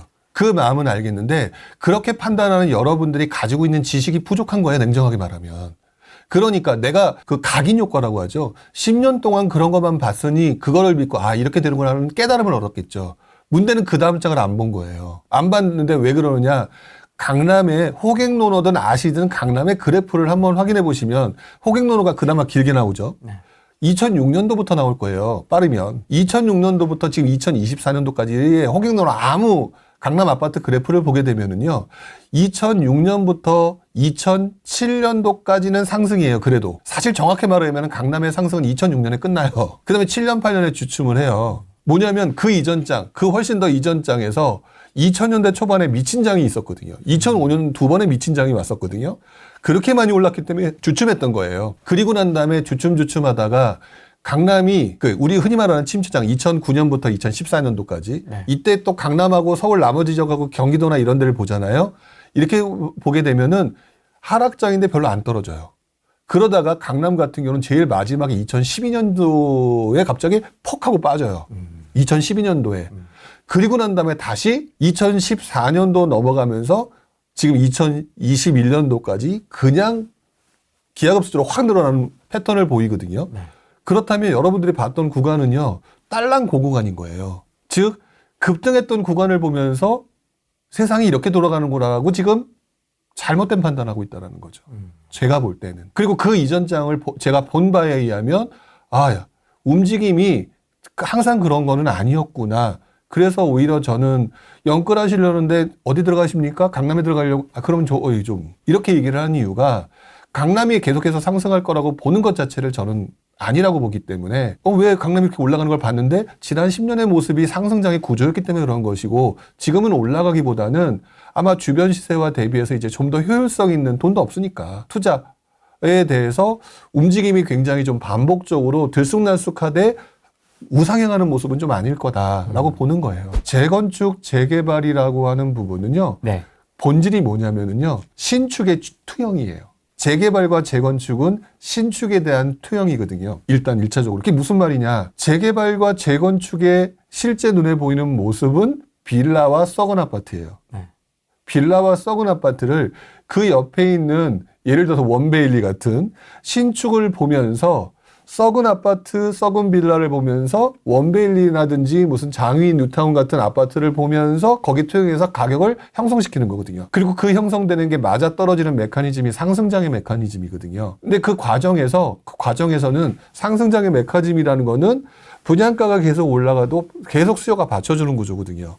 근데 지금은 분양가는 올라가는데 수요가 안 받쳐줘요. 분양가가 올라가게 되면 이때부터 재건축, 재개발에 투영되는 이 신축의 투영이 갑자기 현실에 대한 깨달음으로 바뀌어버리거든요. 이러면서 어떤 현상이 만들어지느냐. 분양가는 올라가는데요. 분양가는 올라가는데 조합원들은 분양가가 올라가면 자신애들한테 유리하냐 안 유리하냐 이런 것들을 따져보게 되겠죠. 네. 분양가가 올라가서 분양이 잘 되면 괜찮은데 꼭 이런 시기는 항상 한참 올라가고 난 다음에 재개발, 재건축도 올라간 다음이거든요. 그 다음부터는 이때부터는 싸움박질이 나타나요. 신축 아파트는 그대로 아파트가 있으니까 싸울 게 없는데 얘네들은 올해 본질은 빌라와 썩은 아파트였잖아요. 그러면서 나중에 신축이 될 거를 하면서 으쌰으쌰 하다가 갑자기 지금 이것이 정신을 차리고 보니까 우리 아파트는 썩은 아파트와 썩은 빌라야. 그러면 그때부터 서로의 동상이물들이 깨지면서 이때부터 싸움박질이 일어나고 그러면서 돈이 들어가네 마네하면서 갑자기 사업성이 떨어지거나 가격은 떨어지는 상황이었으니까 사업성이 떨어지거나 서로 진행하는 과정에서 서로 이견 다툼이 나타나면서 지연되는 경우가 상당히 많아지죠. 갑자기 비대위가 나오고. 네. 그렇기 때문에 재건축과 재개발의 그동안의 흐름으로 보게 되면 상승장에는 신축의 아파트의 가격에 투영되면서 달려가지만 문제는 상승장이 꺾이고 난 다음부터는 재개발과 재건축 같은 경우는요. 가격도 떨어지고 분양가는 올라가기 때문에 나타나는 흔히 말하는 싸움과 속도 지연 이런 것들 때문에 사실상 상승장에서 봤던 그런 힘을 보여주기가 어려워요.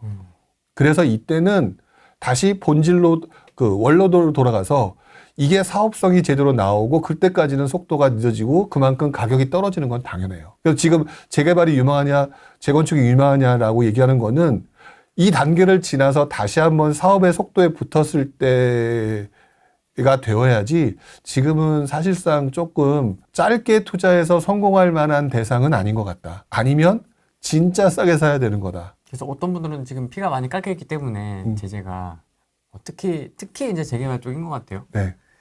뭐 요새 뉴스에 좀 많이 시끌시끌한 거는 모아주택 얘기가 좀 많이 나오고 있는데 그래서 좀 사야 된다 하시는 분들도 종종 보이는 것 같고요. 많진 않고요. 예. 근데 다들 사야 된다 말아야 된다에 포커스를 맞추고 계신 것 같아요. 사야 되고 난 다음에 그 다음에 내가 어떤 전략을 가지고 어떤 매수 매도 전략을 펼쳐야 되느냐에 대한 얘기를 하는 분들을 본 적이 없어요. 아파트가 될 거야. 예, 아파트가 될 거야. 그게 몇 년이 걸릴 것 같은데 되겠지 뭐.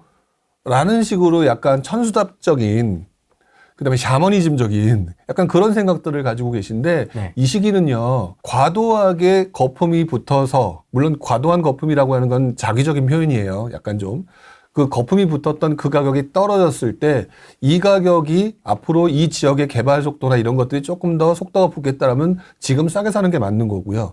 중간에 나중에 입주하겠다가 아니라 흔히 말하는 단타 개념으로 빼고 적정한 수익률을 보겠다라고 하는 목적이 명확하면 괜찮아요. 근데 지금 같은 경우 보게 되면 그것들을 가지고 내가 이거 한 10년, 20년 보유해서 뭘 어떻게 하겠다. 라고 얘기하는 것들은 위험성이 좀 있다는 거죠. 여러분들이 잘 알고 계시는 한남 뉴타운. 한남 뉴타운 저도 기억이 나는데 2009년 뭐 10년 이때 들어갔는데 지금까지 됐나요? 안 됐어요. 제가 2007년인가? 2007년으로 기억을 해요. 2007년, 8년. 이때 한남 뉴타운이 뭐 피크를 칠 때였거든요. 장난 아니었었는데 그때 이후로 가격이 떨어졌을 때 지금 똑같은 얘기가 나왔다고요. 야, 몇 억이 떨어졌어. 지금이 기회야. 근데 한남 뉴타운이 그 이후에 지금까지 안 되고 이제 조금 지금 제대로 진행이 되잖아요. 그러면 그 한남 뉴타운만 가지고 계신 분과 그 기간 상승장 동안에 다른 거 투자하셨던 분들의 효율성을 따지고 보게 되면 어느 게 유리할까는 한번 생각을 해봐야 되겠죠. 그 재건축, 그러니까 재개발이라고 하는 부분이 그만큼 사업 지연과 그다음에 그 과정의 그 복잡함이 상상을 초월하던다는 거예요. 특히 그것들이 가장 구체적으로 드러나는 것들이 시장이 안 좋을 때거든요. 재개발, 재건축에 대해서 막연하게 두려움을 드리고자 하는 입장이 아니라 네. 원래 그 이전엔 너무 많이 신축에 대해서 너무 많이 투영해서 올랐던 부분이 지금 줄어들므로 인해서 비싸게 산 사람들과 원조합원들과 뭐 기타 등등 이것들이 계속해서 한동안 시끌벅적할 것이다. 그 과정에서 여러분들이 단기 투자의 개념으로 얼마나 싸게 사느냐 접근해가지고 뭐 단기 매매를 한다든지 이런 전략을 가지고 접근해야 되지 또 길게 가게 되면 다른 데에서 벌 수 있는 그런 어떤 기회비용 이런 것도 놓칠 수 있을 것 같아요. 그러니까 재개발, 재건축에 대해서 너무 환상을 갖지는 않으셨으면 좋겠어요. 왜냐면 이것도 잔상인데요. 똑같은 이제 맥락에서 지금 계속 이어지는데 불기둥 완전 폭발했지 않습니까? 재개발. 네, 그렇죠. 이 정말 재개발로 크게 불을 불리신 분들이 이번 상승장에 있었고 그러다 보니까 이게 좀 잔상이 남는 거죠. 강하게 남는 거예요. 근데 이것들의 그 또 본질을 자세히 보게 되면은요. 아까 그랬잖아요. 제가 뭐라고 그랬냐면 신축의 투영이라고 그랬잖아요. 네. 신축의 투영이거든요. 그래서 재개발 투자의 본질이라는 거 제 나름대로 생각하는 기준이거든요. 재개발 투자의 본질은요.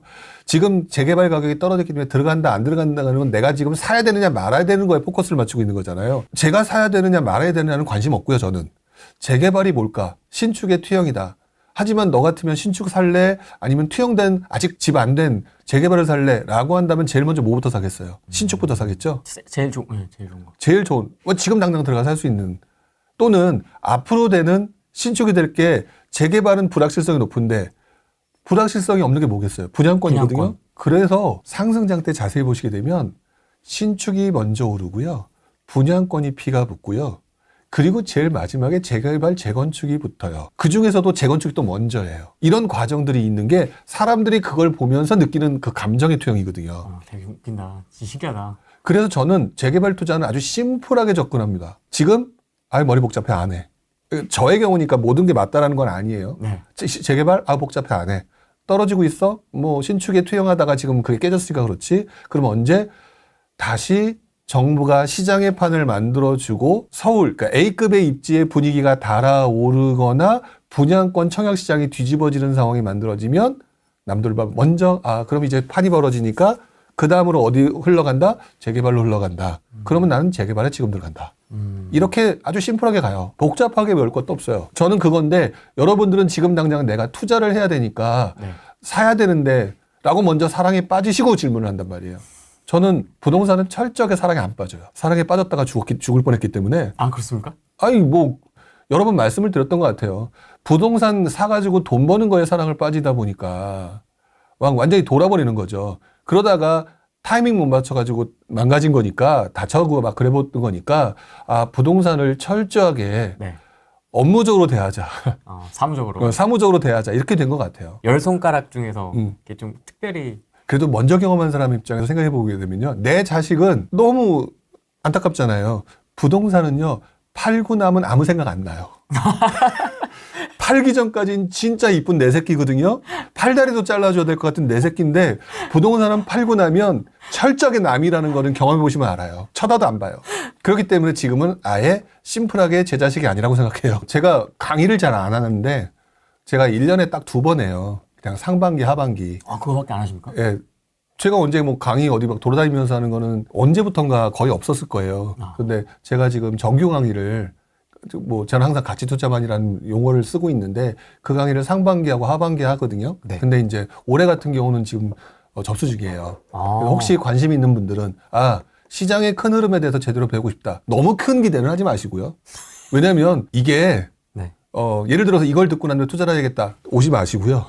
부령님 이거 들으면 지방 갭 투자할 수 있나요? 그러면 오지 마시고요. 그냥 큰 흐름의 본질이 뭔가라고 하는 조금 기초를 다스리려고, 기초라고 하더라도 좀 어려울 수도 있지만 네. 그렇게 들으시려면 한 번쯤 관심을 가져주시면 좋겠고요. 그렇지 않으면 오지 마세요. 네. 연결되니까 너무 신기하네요. 반갑습니다. 반갑습니다. 네, 부령님이랑 통화하고 싶어서 연락 주셨죠? 네, 맞아요. 네, 어떤 게 좀 궁금하실까요? 일단 그 전화 연결이 돼서 너무 좋고요. 네. 부룡님께 이제 여쭤보고 싶은 게 있어서 전화를 드렸는데, 네.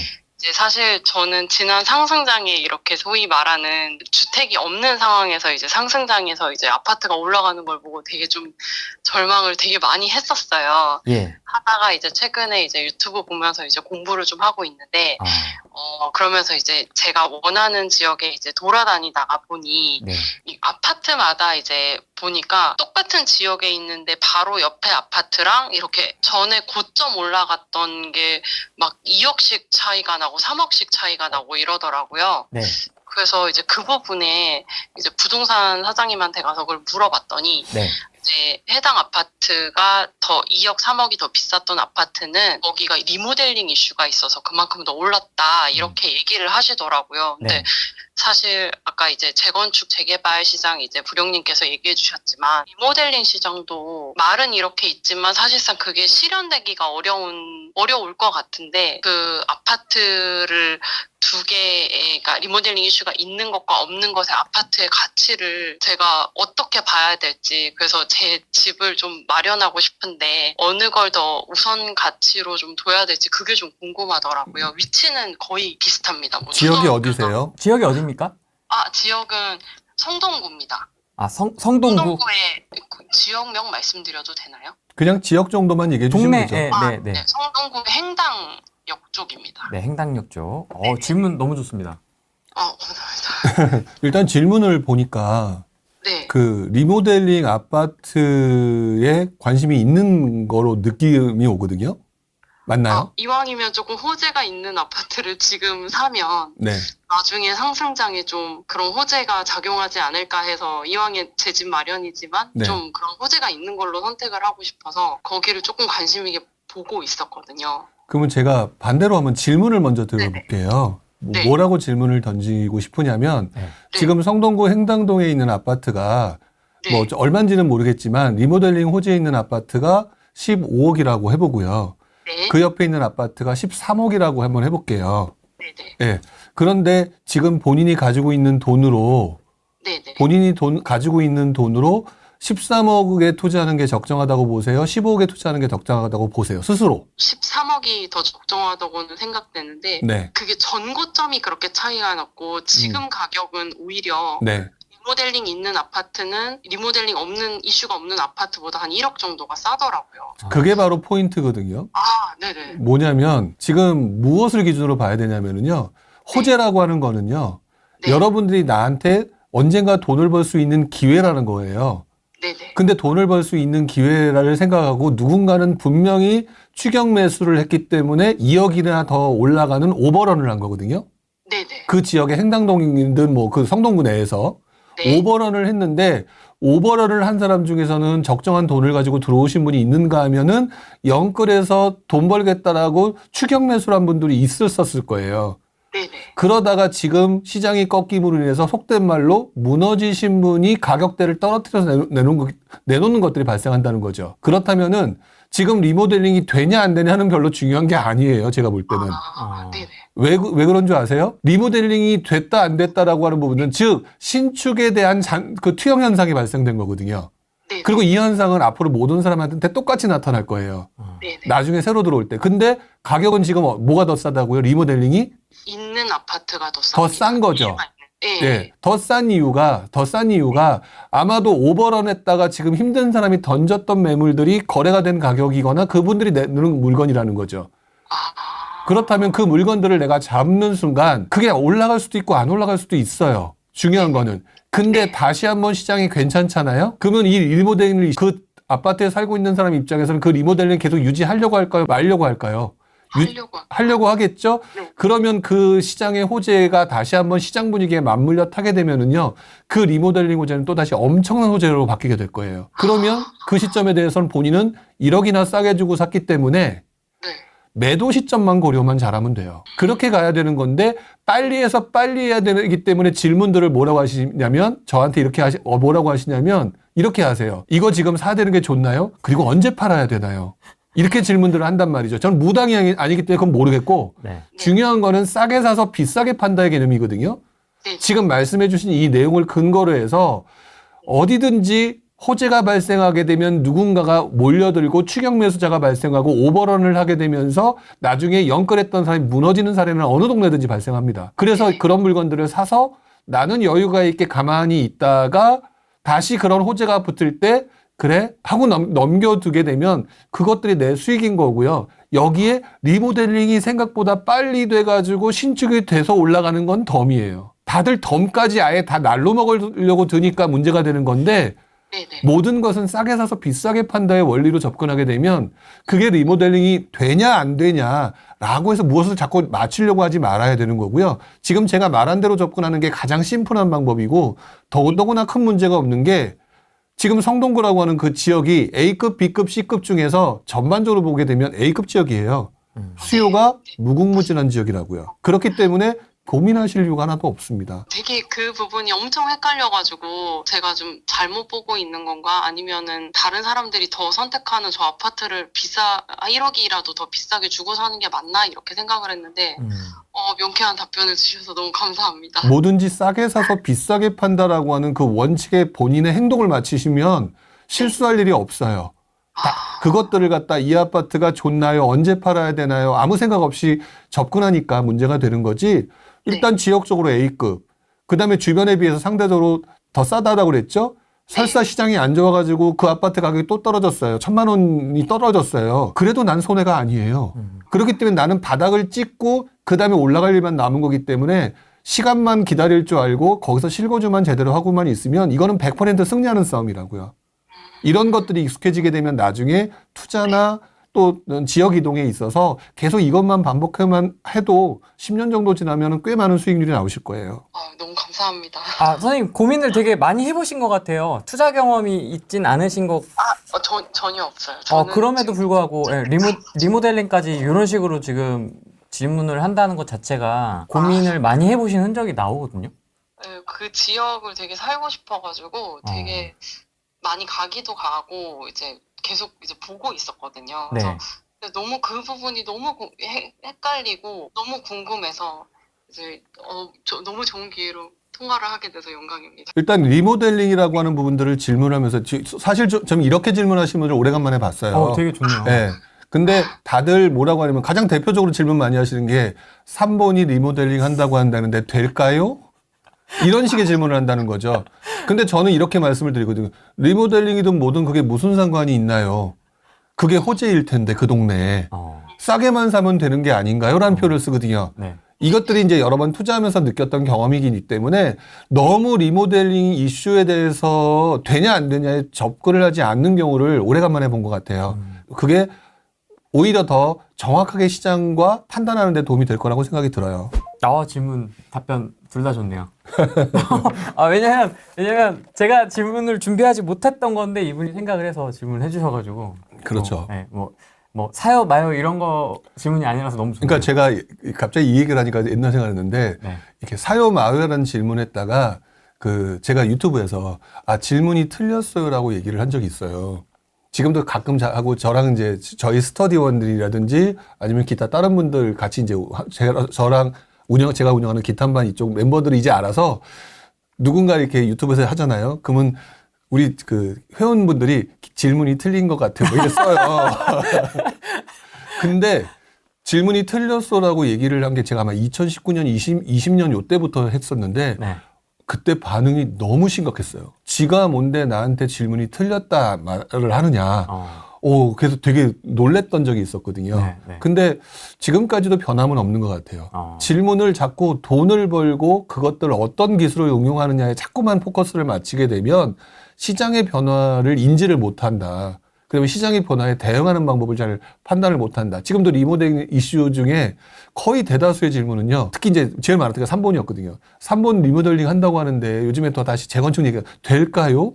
자, 이런 질문이 많은데 저는 무당이 아니거든요. 네. 또 뭐 리모델링 된다고 하는데 팔까요? 뭐 이런 거. 네, 이제 이런 게 제일 어려운 건데 그거는 자꾸 지금 이분처럼 이렇게 얘기를 했을 때 싸게 샀으면 아무 때나 파도 되는 거예요. 그래서 시장의 변화폭에 따라서 그래서 지금 요즘 같은 분위기에서 지금 뭐 서울이 조금 뭐 들썩썩한다고 해서 막 살까요라고 지금 들어가시는 분, 네. 전 절대 반대거든요. 추경 매수라고 하는 것이 언제 도움이 되냐면 정부가 집을 사라고 해서 밀어줘서 상승이 시작됐을 때예요. 그때는 아무 때나 추경 매수해도 돼요.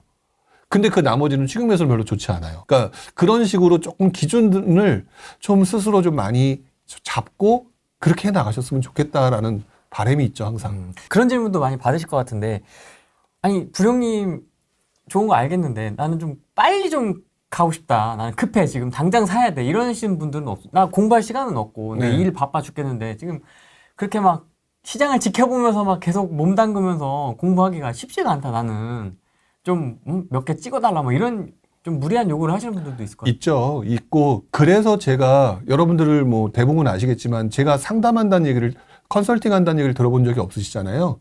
그 이유가 그것을 하기 싫었기 때문에 아예 그냥 막아버린 거였어요. 지금도 그렇게 질문하시는 분한테는 저 옆에 용한 신점 치시는 분이 있으니까 그분한테 가시라 라고 얘기를 하고 싶죠. 그러니까 제가 사실 저도 가끔 가다가 직원분들이 가끔 얘기를 해요. 그때 한 400 받으시면 500 받으시면 돈 좀 버셨을 텐데 라고 얘기를 하시는데 아마 그렇게 뜨면 지금쯤 되게 많은 욕을 먹었을 거라고 생각이 들어요. 그래서 샀는데 틀렸다. 그래서 샀는데 문제가 됐다. 이런 것들이 만들어지게. 그러니까 자기가 무슨 욕심을 부리게 되면 모든 판단은 본인이 져야 되는데 돈 내고 저한테 맡겨버린 거예요. 그렇기 때문에 나는 급하니까 빨리 하고 싶으니까 라고 해서 돈을 맡기고 모든 것을 의지한다. 그것 때문에 지금 여러분들 시장 보시게 되면 그것 때문에 지금 무너지시거나 다치신 분들 그것 때문에 싸움 나는 거 진짜 많이 보이지 않나요, 지금? 맞습니다. 바로 그거를 예전부터 봤기 때문에 제가 아예 컨설팅, 그러니까 상담 이거를 차단해 버린 거죠. 최근 공투는 좀 어색하시니까 갑자기 다른 얘기긴 한데. 공투라고 하는 부분에 대해서 아마 여기 계신 분들도 그렇고 불용이 공투했다, 불용이 공투를 모집했다 들어보신 적이 없을 거예요. 없어요. 아예 없죠. 네. 없으신 가장 큰 이유 중에 하나가 결국 그게 공투가요. 사람의 본능에 반하는 행위라고 봐요. 왜 그러냐면 공투의 장점이 뭐냐면 내가 돈이 없다라고 해서 소액 투자를 하는 게 본질적인 상황이잖아요. 네. 근데 이 돈을 내가 없는 돈이지만 푼돈을 모아서 태산을 만들어 버리게 되면 내가 해보지 못한 엄청나게 큰 것들을 할 수 있다라고 하는 또 다른 자극적인 본능을 자극해요. 즉 나는 소액으로 지방 중소도시를 가야 될 돈이 밖에 없는데 그 돈을 모으니까 빌딩 투자를 할 수 있어. 100억, 200억 막 이렇게. 네, 이렇게 할 수 있어. 이것이 짜릿한 거거든요. 저도 짜릿한 경험이 있었어요. 왜냐하면 물론 안 했지만 나도 한번 해볼 수 있지 않나. 문제는 이게 잘 되면 내 탓이고요. 못 되면 네 탓이 되고요. 또 제가 봤던 경험에 의하면 분명히 공투는 투자한 거잖아요. 투자한 건데 신기하게도 시장이 잘못되거나 뭐가 잘못돼서 문제가 생기잖아요. 그러면 내가 빌려준 돈으로 바뀌는 걸 많이 봤어요. 즉 투자를 할 때는 분명히 누구든지 그런 얘기들 하잖아요. 이거는 서로 한 거기 때문에. 그래서 항상 문제가 되는 게 그것들을 움직이려고 하는 메인이 제대로 설명을 안 해준다라고 하는 것들에 불만이 생기고요. 네. 문제가 생기면 이 돈이 투자가 아니라 내가 그래서 당신을 믿고 빌려준 것이다 라고 바뀌면서 서로 싸움박질하고 소송 들어가는 걸 너무 많이 봤어요. 이번 장의 문제만이 아니에요. 아, 예전날에도 아니, 그렇게 그렇죠. 있었습니까? 뭐 가장 대표적인 것 중에 하나가 이거 이름 얘기하면 좀 그러려나? 조슈아 사건이라든지 아, 그거 뭐 다 하니까. 다 네, 네. 조슈아 사건이라든지 네. 기타 등등 뭐 되게 많았단 말이에요. 근데 그것들에 자꾸 유혹에 왜 빠지느냐? 첫 번째 전문가라고 하는 분들은 나름대로 나 좀 잘하는 것 같아. 그러니까 지금 해야 하는 것보다 조금 더 큰 거를 해보고 싶어 라는 욕심이 만들어내고 그다음에 어깨가 우쭐해진 것이 한 번 또 추가가 되고 그다음에 돈을 가지신 분들은 또 추가적으로 야 이거 내가 못 해본 이런 걸 할 수 있고 왠지 네임드가 있는 저 사람이 이렇게 해준다니까 믿음직한 것도 있고 이것들의 욕망과 욕구가 맞물리면서 공투가 발생하는 건데 그것들이 좋게 끝나는 경우가 거의 없다라는 거죠. 그게 그 사람들이 못돼서 착해서 발생되는 문제가 아니라요. 시장이 변화하기 때문인 거예요. 사이클이 있기 때문에. 그래서 무너지거나 뭐한 사이클이 언제 발생하느냐? 시장이 이렇게 꺾이니까 발생하는 거죠. 그래서 항상 시장이 잘 될 때 공투가 급격히 늘어나지만 이것들은 항상 그 이후에 일어난 일은 뻔했고 항상 반복됐던 것 같아요. 신기하다. 그러면 이게 상승장 때 공투가 활성화돼서 결국엔 하락장 되면 이게 다 빠그라지는 가능성이 매우 높겠네요. 그렇죠. 그렇게 되니까 그분들 다 사라져버리고 아, 그분들이 다시 등장하고 싶어도 또다시 그것들을 기억하는 사람들이 또다시 뭐라고 하게 되고 그러면서 사라지는 경우가 많다라는 거예요. 아니, 어디 학원은 계속 하고 있는 것 같은데. 부령님 옆에 계시고요. 아, 네. 너무 네. 갑작스러워가지고. 네, 저도 갑작스럽게 한번 진행을 해봤습니다. 네네, 감사합니다. 어떤 게 궁금하실까요? 아, 제가 다름이 아니라, 네. 제가 20년도에 제 집을 사면서 네, 그때 남은 금액으로 저희 집 근처, 제가 아산에 사는데 천안 불당동에 네, 집을 하나 갭 투자를 했어요. 네, 근데 그게 이제 올 6월까지가 4년이어가지고, 네, 임차인을 이제 내보내고 매도를 하려는데, 네, 매도가 아직 잘 안 돼가지고, 네. 이거를 더 갖고 가는 게 맞는지, 임차인분은 더 전세로 살고 싶다 하시고, 저는 근데 매도를 지금 하는 게 나은지, 아. 그걸 하고 저는, 서울에 집을 살까 생각 중인데, 아, 서울에요? 네. 네, 네. 서울에 집을 사시려는 이유는 어떤 투자, 노후 보장. 투자 노후 보장? 네. 일단, 정리를 하자면, 천안 불당동 4년 지금 돌린 거죠? 네, 네, 이거를 매도를 해야 되는데 매도가 잘 안 된다 네. 하는 거하고, 그 다음에 이제 서울 투자에 대한 질문입니다. 정말 많이 들었던 질문이에요. 바꿔 말하면은 본인이 불당동에 투자한 게 잘 됐다라고 생각하시나요? 잘못됐다고 생각하시나요? 그냥 제가 처음 투자한 건데 제가 믿지지는 않아가지고 네네. 얼마나 했는지는 모르겠는데 지금 아주 급매로 지금 나간 게 4억 8천이더라고요. 그럼 제가 한 투자금에 비해서 그냥 투자금은 회수하는 정도? 자, 그러면 투자금을 회수해서 네, 서울에 투자하고 싶으시다고 하셨잖아요. 네. 그래서 서울에 투자를 해가지고 돈을 확실하게 벌 게 눈에 보이시나요? 확실하게 벌고 싶은 건 아니고요. 그냥 서울에 있는 집을 하나 사서 오래 가지고 가고 싶은 생각. 서울에 있는 집이 수십만 채일 텐데 그 기준이 없잖아요. 네네. 지금 저도 보면 그래서 지금 음. 매도를 하려고 하는데도 제가 딱 서울에 공부를 딱히 한 건 아니고 그냥 노도강 정도 이렇게 제 수준에서 한 2, 3억 정도 있기 때문에 그 정도만 생각해가지고 좀 더 이따 팔을까 아니면 지금 팔고 돈을 갖고 있으면서 좀 공부를 더 해서 사는 게 낫을까 하는 생각을 하고 있어요. 그러니까 많은 분들이 착각하시는 게 하나가 있어요.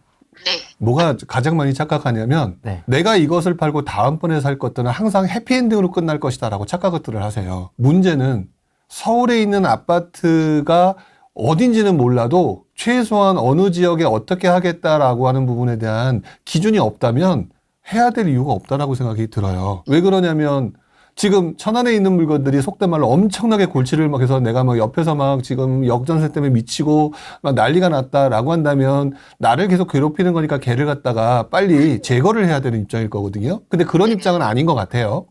네, 맞아요. 예, 그런 입장이 아닌 것 같은데 그 다음 단계에서 그것들을 빨리 제거를 하고 그 다음에 갔는데 그게 나중에 서울로 들어갔는데 그게 덧났다. 이럴 수도 있다라는 거죠. 그러면 하나 더 질문하고 싶은 게 제가 20년도에 같이 집을 사면서 제 집이 지금 조금 올랐는데 그게 비과세가 안 돼요. 그래서 저는 이 집을 팔고 1년 정도 공부하면서 기다려서 제 집도 비과세로 만들고 그러면서 투자를 해볼까 했는데 그것도 좀 더 공부를 하고 나중에 팔아야 될까요? 지금 본인이 네, 투자를 하는 목적이요. 수익을 내고자 하는 목적이잖아요.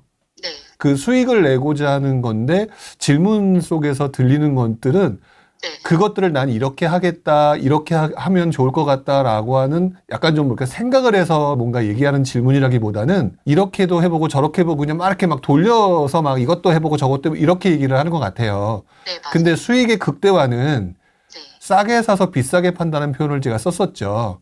네, 네. 그러면 서울을 사더라도 서울이 최소한 서울의 어떤 특정지역이 지금 싸게 살 수 있는 게 있느냐 없느냐. 아까 아산 얘기를 또 비과세 얘기는 둘째 문제고 네, 네. 서울을 사서 나중에 노후를 하겠다라고 했는데 그 노후를 하기 위해서는 역시 서울의 어떤 지역을 싸게 사야 되는 거거든요. 그 부분이 명확치 않으면 이 질문은 계속 허공에서 맴돌아요. 네. 허공에서 맴돌게 되거든요.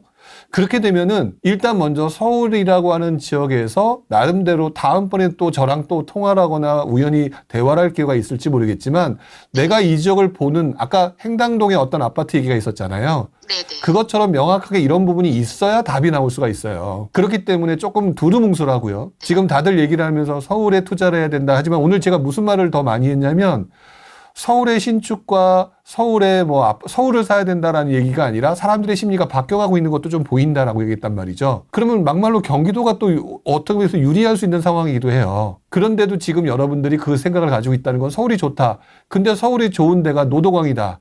노도광 중에서도 막말로 중계동이냐 상계동이냐 그리고 지금 가격대가 얼마냐 이런 부분들에 대해서 좀 더 디테일하게 들어가지 못하고 있기 때문에 이것들을 답을 드릴 때도 저도 두루뭉술하게 갈 수밖에 없는 거예요. 근데 천안이라고 하는 동네 있잖아요. 네. 천안이라고 하는 동네를 기본적으로 먼저 속성을 설명을 드리면 천안은요. 지방 투자에 있어서 갭 투자의 성지와도 같은 곳이에요. 네. 근데 지금 본인이 손해를 한 번도 안 보셨고 지금 어느 정도 충분히 문제없이 넘어갈 것 같다라고 하잖아요. 네. 그러면 이거는 가지고 있게 되면 지금 이제 아산과 천안이 물량이 많다라고 얘기를 하지만 네. 어느 정도 시간이 지나고 거기도 공급이 부족해지는 상황이 올 거기 때문에 천안과 아산이라고 하는 부분들이 분명히 움직임이 강해지는 상황이 다른 어떤 지역보다 빨리 와요. 아, 네. 예를 들어서 지방 중소도시 안 좋다 이렇게 얘기를 했잖아요. 네. 아까 제가 웃으면서 무슨 말을 했었냐면은 제가 서울의 경매에서 막 하고 있다가 네. 지방에 경매를 하러 간 데가 천안 법원이에요. 아, 천안 쪽 법원인데 천안 쪽에 지방장과 저 수도권인 제와 거기서 같이 맴돌았던 장이거든요. 아. 즉 천안이 뭉치는 동네예요. 그렇기 때문에 천안이라고 하는 것들을 너무 섣부르게 파실 이유는 없다고 생각이 들어요. 네. 똑같은 천안도 돈을 지금 그 역전세랑 맞고 되게 힘들게 제일 극대화됐을 때 들어갔다라고 하면은 지금 손가락 자르더라도 팔라라고 얘기를 하겠는데 그런 상황이 전혀 아니고 서울의 어떤 특정 지역이 좀 더 싸게 살 수 있는 것들을 보지 않았다. 지금 눈에 보이는 게 아니라라고 한다면 천안을 너무 급하게 파실 이유는 없다고 보여져요. 그러니까 지금 서울을 보신다라고 한다면 서울을 계속해서 보세요. 찾아서 보시고 서울에 타겟팅을 해서 조금 더 집중적으로 보시고 그러면서 천안은 어차피 나는 손해본 게 아니기 때문에 충분히 파실 수 있는 게 계속 만들어질 거거든요. 네. 뭐 그때 가서 또다시 갱신권 어쩌고 저쩌고 얘기해서 근데 방법은 분명히 만들어져요. 네. 네. 뭐 내가 들어갈 수도 있는 거잖아요. 잠깐이라도. 네. 그렇기 때문에 충분히 방법이 만들어지기 때문에 천안이 지금 아픈 손가락이 아니기 때문에 그렇게 팔만한 것들은 좀 아닌 것 같다. 더더구나 불당이라고 하셨죠? 네. 불당이라면 나름대로 지역적으로 괜찮은 거잖아요. 뭐 막말로 쌍용동보단 낫잖아요. 그렇죠. 그렇죠. 될 게 아니죠. 네, 그런 식으로 생각하게 되면 좀 여유 있게 보시는 게 좋을 것 같고요. 디테일하게 서울 지역에서 아까 어떤 분이 말씀하셨던 행당동에서 말씀하셨던 상대적으로 비슷한 수준에서 이 가격이 더 싸게 나온 물건이 있다. 이런 것들이 있으면 과감하게 정리 빨리빨리 하셔도 돼요. 하지만 지금은 너무 조금 애매한 것 같아요. 괜히 서울 들어갔다가 애매한 거 잡으시면 오히려 이것보다도 쌍용도 아까 천안 같은 경우는 충분히 올라갈 수 있는 가능성이 눈에 보이는데 제일 먼저 들어올 동네인데 너무 빨리 파시는 경우라서 나중에 지나가서 손해 보실 수도 있는 경우가 발생할 것 같아요. 아, 네. 예, 지역적으로 좀 다른 지역이라면 제가 팔라라고 얘기하겠는데 천안 정도라면 괜찮다. 물론 천안 지금 물량 많은 거 아시죠? 네, 알아요. 예, 물량 많은 거 아니지만 크게 문제 없다. 근데 내가 살 것 없는데 못하러 파세요. 예, 전세 가격 올라갈 텐데. 네. 예, 심플하게 하시고 서울에 대한 공부를 조금 더 집중하셔서 타겟팅을 좀 더 명확하게 해놓으시고 그리고 질문하시는 게 더 좋을 것 같아요.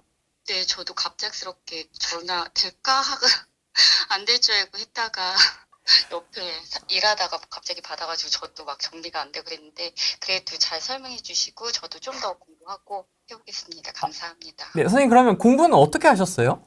저요, 책 보고 네. 유튜브 많이 봤어요. 아, 부령님 책도 보셨겠네요. 네. 가- 부동님, 그 다음에 뭐, 여러분, 구만수? 불행이 TV 애호똑똑하신가 보네요. 네네네, 맨날 봤어요. 지금 너무 제가 떨려가지고 아주머니 말을 팬분들이 잘 많습니다. 네, 말을 잘 못하겠는데, 매주 시청하고 있고, 일하면서 계속 듣고 있고, 그래요. 알겠습니다. 고맙습니다. 감사합니다.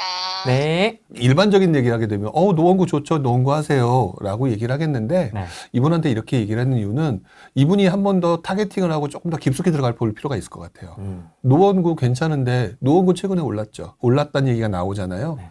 근데 노원구가 오른 건 맞는데 그 지역 중에서도 여전히 오른 곳과 안 오른 곳들이 있을 것이고 개별 아파트. 예, 개별 아파트별로. 그리고 이왕이면 그런 동네를 돌아다니면서 일단 움직여서 뒤져야죠.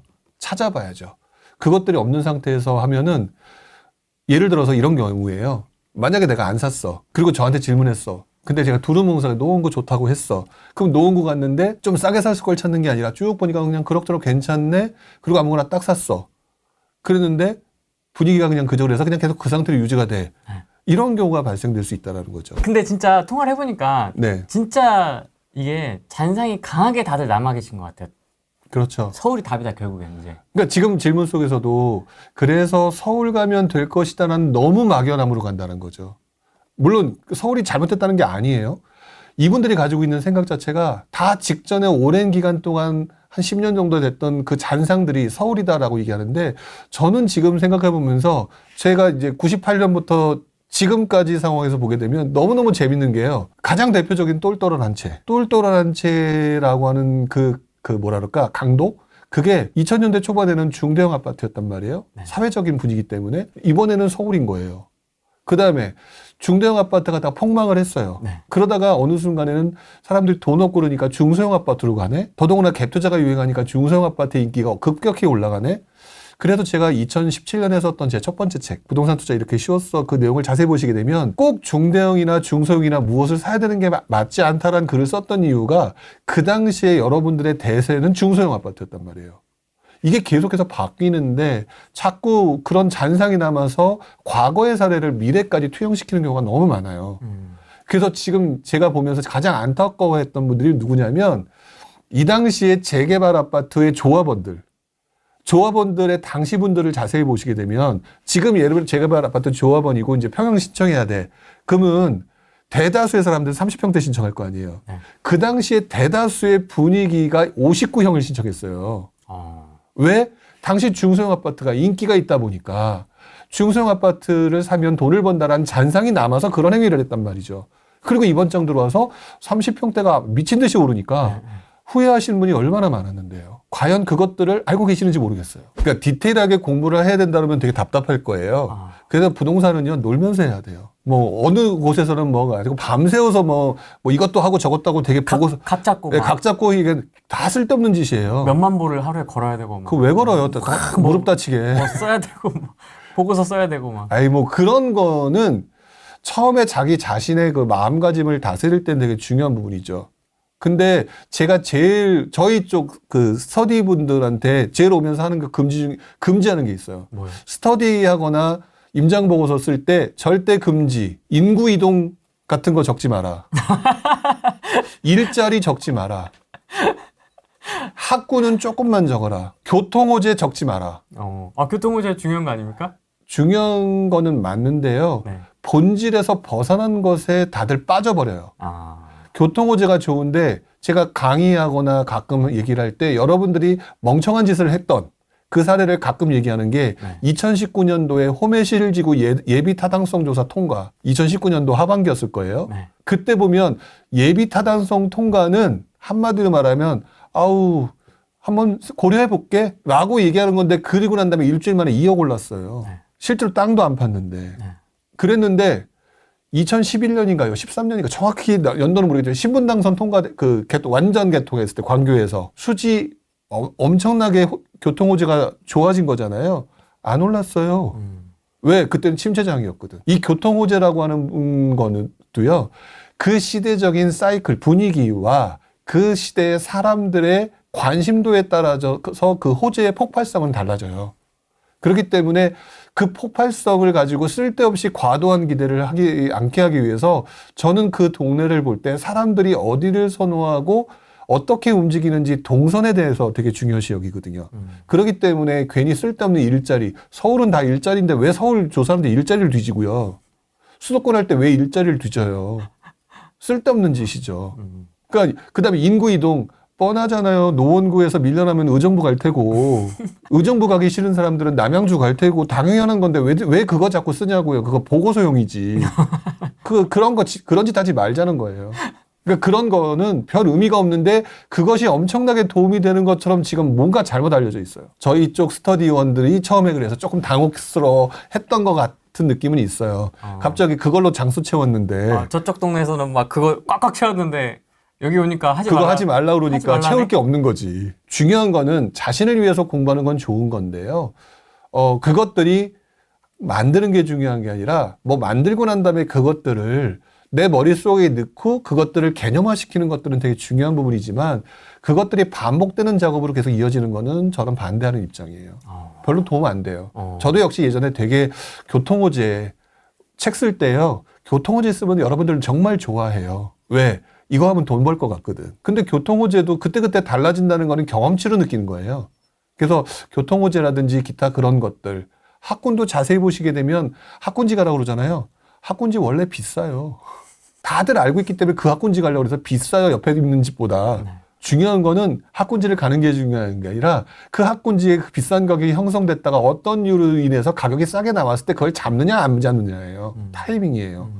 그게 본질인데 자꾸 학군지라고 해서 비싸더라도 그거 사놓고 저 학군지 샀는데 잘했죠 라고 질문을 하시는 분들을 제가 많이 보거든요.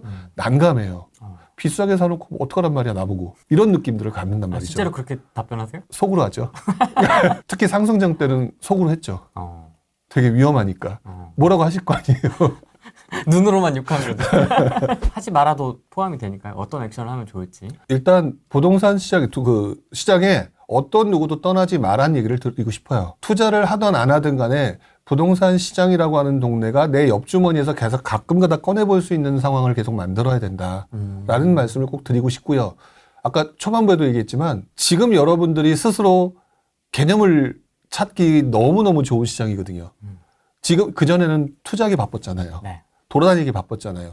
그 정도가 아니기 때문에 지금 여러분들 그 옆에 있는 시장 분위기에 서울이 올랐다, 그 다음에 어떻게 되고, 그 다음에 어떻게 되고, 이런 거 볼 수 있는 되게 좋은 기회이기 때문에 그렇게 행동하시라는 것들은 여러분 무주택자이든 다주택자든 그거랑 상관없이 일단 무조건 필요한 거고요. 그 다음에 무주택자들한테 꼭 드리고 싶은 말씀 중에 하나가 네. 무주택자들이 이제 요 시기에 욕심을 부리는 게 뭔지 아세요? 뭐요? 더 떨어져라예요. 이분들은. 무주택자 중에서 그냥 공부해서 집을 사겠다라고 하는 부동산에 조금 긍정적인 분들은 괜찮은데 부정적인 분들은 서울의 아파트가 옛날에 5억대였는데 지금 10한 2억 정도 되네. 근데 지금 보니까 한 9억 정도 되네. 한 6, 7억 정도 떨어지면 집 사야지. 이 생각은 패가망신의 지름길이에요. 왜 그러냐면 이미 인플레이션 현상들, 돈이 풀렸었기 때문에 인플레이션 현상에 따라서 돈의 가치는 옛날에 5억보다 훨씬 더 높아져 있거든요. 그렇기 때문에 가격이 더 떨어져야지 집 사겠다는 얘기는 패가망신한다라는 얘기이기 때문에 인플레이션, 자본주의 내에서 인플레이션 현상을 무시하겠다는 얘기이기 때문에 그분들은 망할 수밖에 없어요. 과거만큼 싼 가격으로 사겠다라는 과도한 욕심을 제외하고요. 적정하게 지금 현재 거래되고 있는 수준에서 한 몇천 정도 싼 수준, 이런 수준으로 어쨌든 내가 감당할 수 있는 수준에서 사놔라 라는 말씀을 좀 드리고 싶어요. 저는 상승장이든 하락장이든 집을 사라는 원칙주의이기 때문에 그렇게 사놓고 있어 보면 제 말이 맞는지 알 거예요. 나중에. 내가 옛날에 5억이었기 때문에 5억까지 떨어지길 6억까지 떨어지길 바란다고 해도 그게 쓸데없는 생각이었다라는 거를 앞으로 경험하시게 될 거고 그러면서 그런 생각이 접어들면서 우상향하는 가격 가운데서 내가 현저하게 그 시점보다 균형점 가격보다 떨어져 있는 가격들을 사는 게 최고라는 것들을 경험하게 되면 그다음부터는 점점 일시적 1가구 2주택과 다주택자로 방향성을 잡게 되거든요. 그러니까 그렇게 행동하시는 게 맞아요. 그다음에 1주택자들은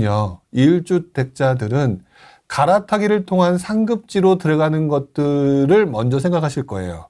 당연히. 그렇게 하시는 게 맞는데 이분들이 지금 제가 한 가지 경고를 했었죠.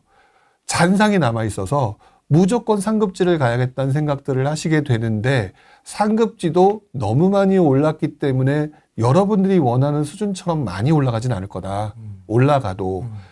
오히려 많이 올라가는 시간은 그보다 조금 더 시간이 지날 수 있을 거기 때문에 혹시 내가 영끌에서 내가 원하는 지역에 들어가고 싶다라고 하는 단계를 좀 낮춰라. 단계를 낮추고 난 다음에 싸게 산다는 건 기본이에요.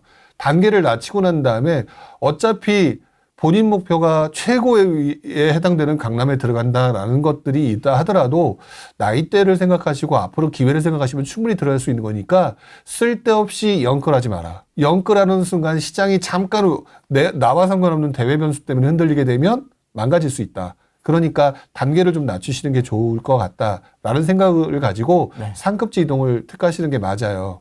그다음에 다주택자분들은요. 포트폴리오 조정하세요. 어떻게 엄청 고민이 많습니다 지금 막. 손가락을 자르셔야 되는 상황이면 손가락을 자르셔야 되는 거고요. 네. 중요한 거는 다주택자는 그래도 부동산에 대한 관심도가 많았잖아요. 많았는데 자기의 상황을 자세히 보셔야 될 것 같은데 개념 없이 개수를 늘렸던 분들은 지금 와서 제일 많이 후회하는 게 할 수 있는 버퍼보다 더 많이 가졌다라는 것에 엄청나게 힘들다는 걸 아셨을 거예요. 맞습니다. 그럼 줄이셔야 돼요. 저는 여러분들이 모르는 사이에 슬그머니 1주택자가 되어 있어요. 저는 지금 그렇습니까? 며칠 전에 마지막 걸 팔았거든요. 진짜요? 네. 근데 그러면 또 이제 모르시겠죠. 속으로 또 제일 질문 많이 하시고 얼마에 파셨어요? 라고 질문하실 텐데 쉽게 결론부터 말씀을 드리면 상승장의 최고점보다 반 가격에 팔았어요. 저는 가격보다는 왜 1주택자로 가셨는지가 궁금한데. 다음 포트폴리오를 준비하기 위해서죠. 왜냐면 그러니까 저의 입장을 가지고 먼저 얘기를 할게요. 뭐냐면 저는 다음 장은 전세가격 상승, 공급 부족에 의한 전세가격 상승장이 온다고 보고 전세가격 상승장이 오게 되면서 서민들이 너무너무 힘들어질 거라고 봐요. 서민들이 너무너무 힘들어지게 됐을 때 발생되는 가장 큰 문제점은 너무 높은 가격에 의해서 공급 부족을 해결해야 되는 상황이 만들어지거든요. 그럼 공급 부족을 해결해야 되는 것들은 몇 가지 조건이 있어요. 그럼 첫 번째는 임대 아파트를 공급해 주는 거와 두 번째와 임대 사업자를 양성을 시키는 거와 세 번째로는 임대사업자 앤드 일반 다주택자들을 양성화시키는 거예요. 그렇게 해야만이 그 공급 부족을 해결할 수가 있거든요. 이거 말고 또 다른 방법이 있으시면 한번 얘기를 해보셔도 좋을 것 같아요. 없거든요. 그럼 이 말은 임대사업자들을 양성화하는 부분과 다주택자들을 양성화해가지고 이분들로 하여금 물건을 내놓게 한다는 얘기는요. 주택 수를 또다시 과거에 늘릴 수 있었던 시기로 접어든다는 얘기가 되거든요. 그러면 제가 1주택자 있잖아요. 몸이 가볍잖아요. 몸이 가볍게 되는 순간 제가 다양한 방법으로 움직일 수가 있어요. 상황의 변화에 따라서. 그래서 저는 1주택자이기 때문에 이제부터는 상급지 이동도 가능하고요. 갈아타기도 가능하고요. 상황의 변화에 따라서 제 통장에서 쟁여놓은 돈을 근거로 해서 개수를 늘릴 수도 있고요. 정부의 방향에 따라서 어떻게든지 움직일 수 있단 말이죠. 카드를 다 만들어 놓으신 거네요? 네, 그래서 저는 그래서 다주택자로 가는 게 맞다 틀리다라고 자꾸 질문하시는 분들 있잖아요. 가끔 가다가 다주택자로 갈까요? 아니면 그냥 계속 일시적 1주택자로 갈까요? 그냥 카멜레온이에요. 시장 상황에 적응하는 게 최고이지 정부가 하지 말라면 하지 말고 아니면 근데 지금 상황에서는 정부가 앞으로의 상황을 몇 년의 상황을 보게 되면 정부가 뾰족하게 공급 부족을 해결할 방법이 부족하다라고 한다면 결국 일반 우리 그 다주택자들로 하여금 물건들을 공급하게 만들 수밖에 없을 테니 그것들에 대한 대비를 해놓는 거죠. 그러니까 지금 다주택자분들한테 지금 보게 되면 아까 어떤 분들한테 제가 천안에 있는 물건들을 가지고 억지로 팔지 말아라 라고 얘기했잖아요. 저는 1주택자가 되놓고서 왜 그분한테는 2주택자로 가게 만드느냐라고 얘기하실 수 있겠지만 그분은 지금 물건이 안 보여요. 더 좋은 물건을 갈아탈 게 물건이 안 돼 있었으면 본인의 포지션을 유지하고 있다가 그중에서 가장 좋은 거로 확 바꿀 수 있는 그 상황으로 지금 유지하라는 얘기예요. 카멜레온처럼. 저도 지금 그렇게 유지하고 있는 거고. 그러니까 다주택자분들 같은 경우에서 물건 엄청나게 많은 분들 있죠. 네. 엄청나게 많은 물건 중에 나를 앞으로 계속 콕콕콕콕 찌를 물건들은 정리를 하셔야 돼요. 근데 또 거기서 그 다음 질문이 뭔지 알아요. 안 팔리는데 어떻게 해요? 네. 라고 얘기를 하거든요. 안 팔리는데 어떻게 해요? 라고 해서 여전히 또 천수답처럼 기다리고 있고 방법을 남들한테 기대할 거냐. 방법을 만드는 거는 여러분들이다. 왜? 사실 제가 말씀을 드리지 못하는 다양한 방법들이 있어요. 더 뭐 중요한 거는 제일 싸게 파는 거죠. 이렇게 해서 정리를 작업을 하게 되면 그다음부터는 또다시 새롭게 도래하는 그 시장에서 본인의 행동을 또다시 쉽게 갈아탈 수 있는 이런 것들이 만들어질 거예요. 다주택자분들은 이번에 처음으로 경험하셨을 거예요. 오랜 경험이 없는 다주택자들은 개수를 늘리는 게 장땡이 아니라는 걸 이번에 처음 경험하셨을 거예요. 이렇게 무서운 줄 몰랐습니다. 몰랐습니다라고 얘기를 하셨겠죠. 제가 연끌하지 말라라는 내용을 접목시키게 되면 이게 이제 와서 무슨 말인지 안다는 얘기거든요. 이제 와서 무슨 말인지 알 거다라고 얘기하는데 여기서 제가 두려운 부분이 뭐냐면 자라에 놀란 가슴이 소뚜껑 보고도 놀라요 나중에. 아, 난 그래 절대 다주택자가 안 할 거야 라는 분들도 계실 텐데 그건 쓸데없는 생각이고 상황에 따라서 바뀌면 돼요. 바뀌면 되는 거니까 지금 상황에서 여러분이 힘들 것들을 제거하는 거에 집중해라. 제거하는 것에. 그 제거를 하고 난 다음에 몸이 가볍고 난 다음부터는 다시 여러분들의 시각이 그동안 쌓여있던 그 경험들과 또 유튜브나 이런 게 또 보시겠죠. 나름대로 보시면서 새로운 정보들이 계속 들어오면서 옛날에 실수했던 정보, 옛날에 경험했던 정보, 새로 들어왔던 정보가 합쳐지면서 자연스럽게 여러분들 모르는 사이에 새로운 이렇게도 해볼까 저렇게도 해볼까라고 하는 상황이 시장 변화에 따라서 방법들이 늘어나는 걸 느끼게 되실 거예요. 그게 고수가 되는 과정이거든요. 그 과정을 다주택자는 경험해 보셔야 된다고요. 근데 다주택자라고 해서 지금 너무너무 힘들다라고 얘기하시는 분들이 쉽게 말하면 과식해서 그런 거예요. 과식은 빨리 소화제 먹고 해결했고 놓고 나면 그 다음에 또 너무 힘들었던 이 과정이 지나면 또다시 배가 고파요. 다신 밥 안 먹어 이게 아닌 거죠. 또다시 배가 고파요. 그렇기 때문에 다시는 안 할 거야 라는 쓸데없는 소리 하지 마시고 다주택자 입장에서 힘들었던 거 그리고 자꾸 자기 씨를 복귀하세요. 여러분들 중에 거의 공통적인 점이 뭐냐면 다주택자라서 지금 힘들었던 게 아니라 자기의 능력보다 과도하게 접근을 했을 거고 그리고 물건들이 점점점 외곽에 입지가 나쁜, 아까 초기부터 입지 투자 얘기했었죠. 입지가 나쁜 것들만 긁어모으고 있었을 것이다가 거의 대부분의 결과물일 거예요. 맞습니다. 예. 그러니까 그것들을 이제 이렇게 하는 게 아니구나. 뭐 극단적으로 저도 그랬던 것 같거든요. 그러면 내가 어느 선에서 멈췄어야 되는 게 맞을까? 무한리필집이었는데 제가 절제를 못했죠. 그러니까 나는 내 수준에서는 2그릇만 먹으면 되는 거였는데 4그릇 먹다 과식해서 쓰러졌잖아요. 네. 그래서 무한리필집 안 가? 말도 안 되는 거죠. 배고프면 또 가게 되어 있고. 또 배고팠으면 좋겠다. 지금 소화제 먹는 중이라서 지금. 네, 소화제 먹는데 미래에 대해서 지금 경험 안 해봤으니까 지금 언제 오나라고 얘기하시죠? 네. 여러분들 지금 흔히 말하는 그 상승장 이후에 2021년 최고의 상승장 이후에 지금 몇 년도인지 생각해 보세요. 2024년도예요. 네. 2년이나 지났어요. 2년이나 지났거든요. 앞으로 또 2년 금방 지나가거든요. 네. 2년 금방 지나가는데 2년 금방 지나가게 되면은요 또다시 무슨 장이 올지 모르는 거거든요. 지나고 나면 굉장히 빨리 와요. 저도 제일 지겨웠던 장이 2009년부터 2014년이었어요. 근데 생각해보니 4년, 5년이었어요. 되게 힘들었거든요. 근데 그때 야금야금 했던 것 같아요. 그때부터.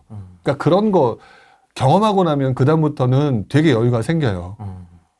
지금 그 과정에 고수가 되는 과정의 단계를 지금 겪고 계신 것이다. 겪고 있는 거다. 네. 소화시키는 중이다. 소화제 먹으면서. 네.